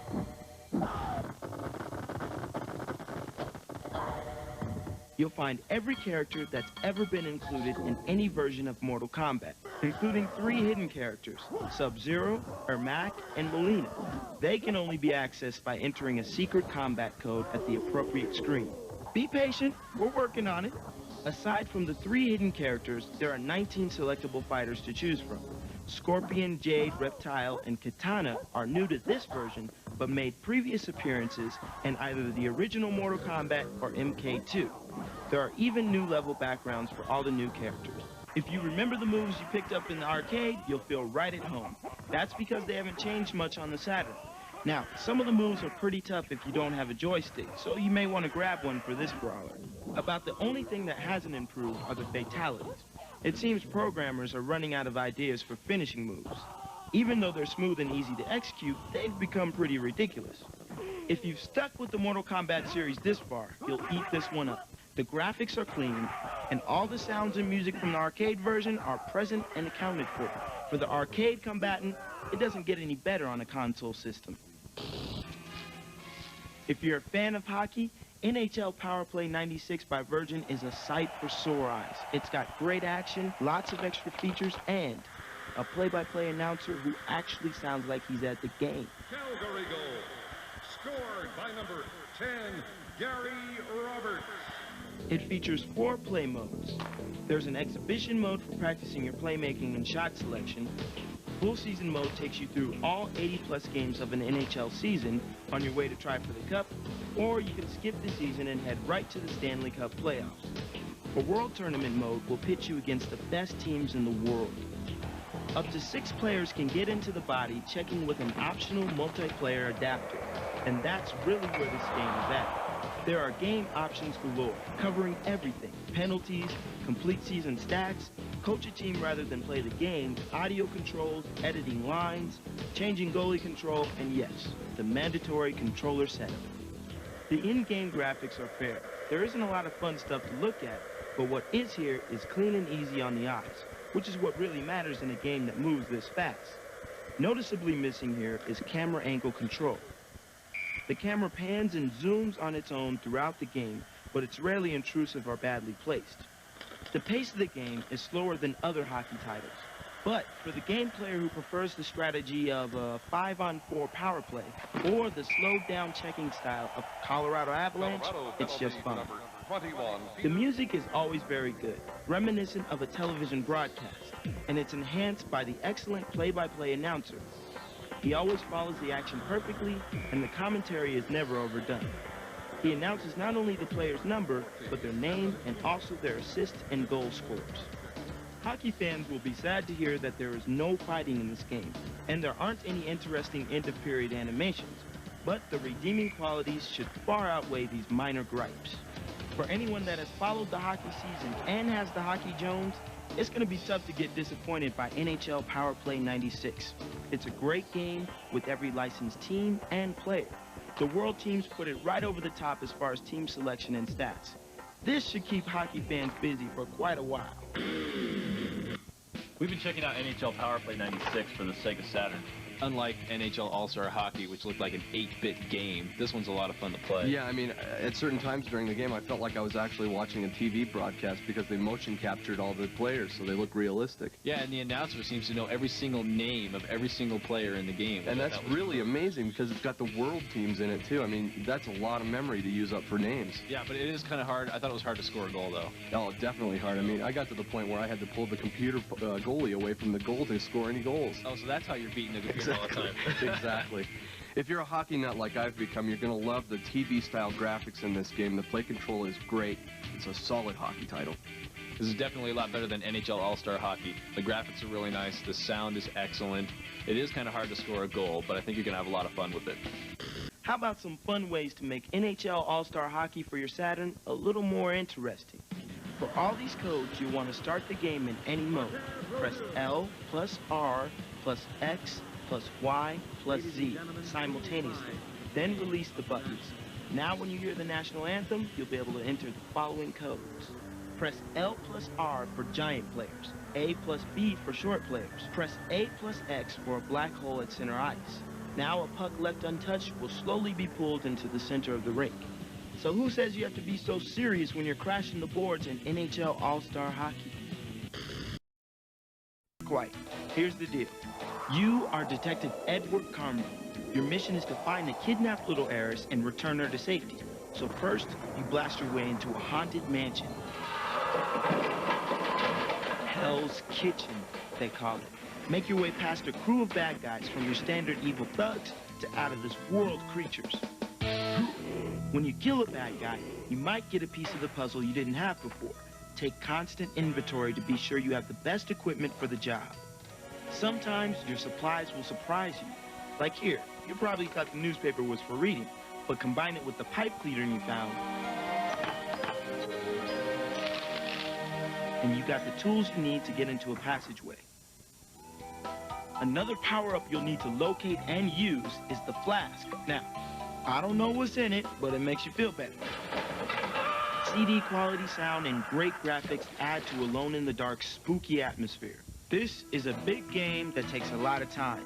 The only problem is that the controls are slow, slower than the original, so it's hard sometimes to get a good aim. Still, it's a heck of a lot of fun, not only shooting enemies, but figuring out the clues. So, be careful, use your fighting skills and your brain when you're alone in the dark. Here's a gameplay tip for Alone in the Dark 2 on the 3DO. Certain rooms have camera angles set up to give you a better view of items that might be hidden in the room. They're helpful, but they also cause problems when fighting an enemy. The best way to fight these enemies is to go to an area with a better view. This way you can get a better shot and you'll save a lot of ammo. You know what's been missing in the fancy new gaming hardware? No, it's not the Baywatch role-playing game. It's the side-scrolling shoot-'em-up. Well, now THQ hopes to fill this void with a busy, odd-looking little game called In the Hunt. Now, in this shooter, you don't blast your way through a bad guy's prison camp or take to the skies in an Air Force jet. You pilot a submarine, and it's not just another day on the beach. You face other subs, high-speed attack ships, battleships, mechanical warriors, and an assortment of huge deep-sea creatures. The graphics are sharp and beautiful, and the sound effects are good and loud. Control is difficult to get accustomed to for a veteran shooter fan because the submarine moves pretty slow. So you need to navigate the vessel as well as fire weapons. Various weapon power-ups will increase the destructive force of your torpedoes, dead charges, and surface-to-air weapons. If you lose a ship, be prepared to start out with the minimum weapons load. Essentially, you'll be a sitting duck until you find those much-needed power-ups. And you'll find that early in the game, power-ups are abundant. But as you progress, they become more and more difficult to find, so be cautious. The sweet graphics, as well as a decent soundtrack, keep the shooter fan interested. Although the power-ups are not very interesting, the damage they do is. You'll be able to blow away structures as you go along. Buildings above and below the surface of the water will be subject to the whim of your well-loaded torpedo bays. Power-ups are hidden inside the wreckage of many of these underwater demolitions, so feel free to blast away. You never know what that building might be hiding. All in all, In the Hunt has all the classic gameplay and action of those great shooters. But people who are looking for a true 32-bit experience, it's not a huge leap into the next generation. It's more like a trip down memory lane with a few advanced bells and whistles. It's an easy game to like. Here's our review of In the Hunt for the Sega Saturn. In the Hunt is one of the nicest looking shooters ever made. It's got really colorful graphics, great sound, and excellent control, but there's no difficulty to it. I beat the game in about 15 minutes. This is not a hard game, but it's very unique. It puts a new twist on the shooter genre, and I really liked it. If you're a novice shooter fan, you might want to pick it up. This is the Eclipse Stick by Interact Products for the Sega Saturn. This is a small, solidly constructed arcade-style stick with several other features such as slow-mo, programmable rapid-fire, and an LED display. I like this joystick a lot. It's very responsive. It's really tiny, so it seems to be best suited for gamers with small hands. I'm an arcade gamer, and I've seen a lot of joysticks come and go. This isn't one of the best of them. I like the micro switches in my joystick, and this just doesn't have them. It lacks the responsiveness of some of the other joysticks on the market. For you code-hungry fanatics out there who are now swimming in GameShark-infested waters, here's some info you're gonna love. Now, these codes are for your GameShark video game enhancer. For Virtua Fighter 2 on the Sega Saturn, the master code is F60009114C305, B60028000000. For infinite time, enter 160E003207882. And to play underwater, use 160E003800010. 160E001A0002. These hot numbers are for Sega Rally Championship, also for your Saturn. Once again, the master code is F60009114C305, B60028000000. To get to the practice-only version of Lakeside, enter 1604001800003. That should keep you and your code-hungry game sharks happy for a while.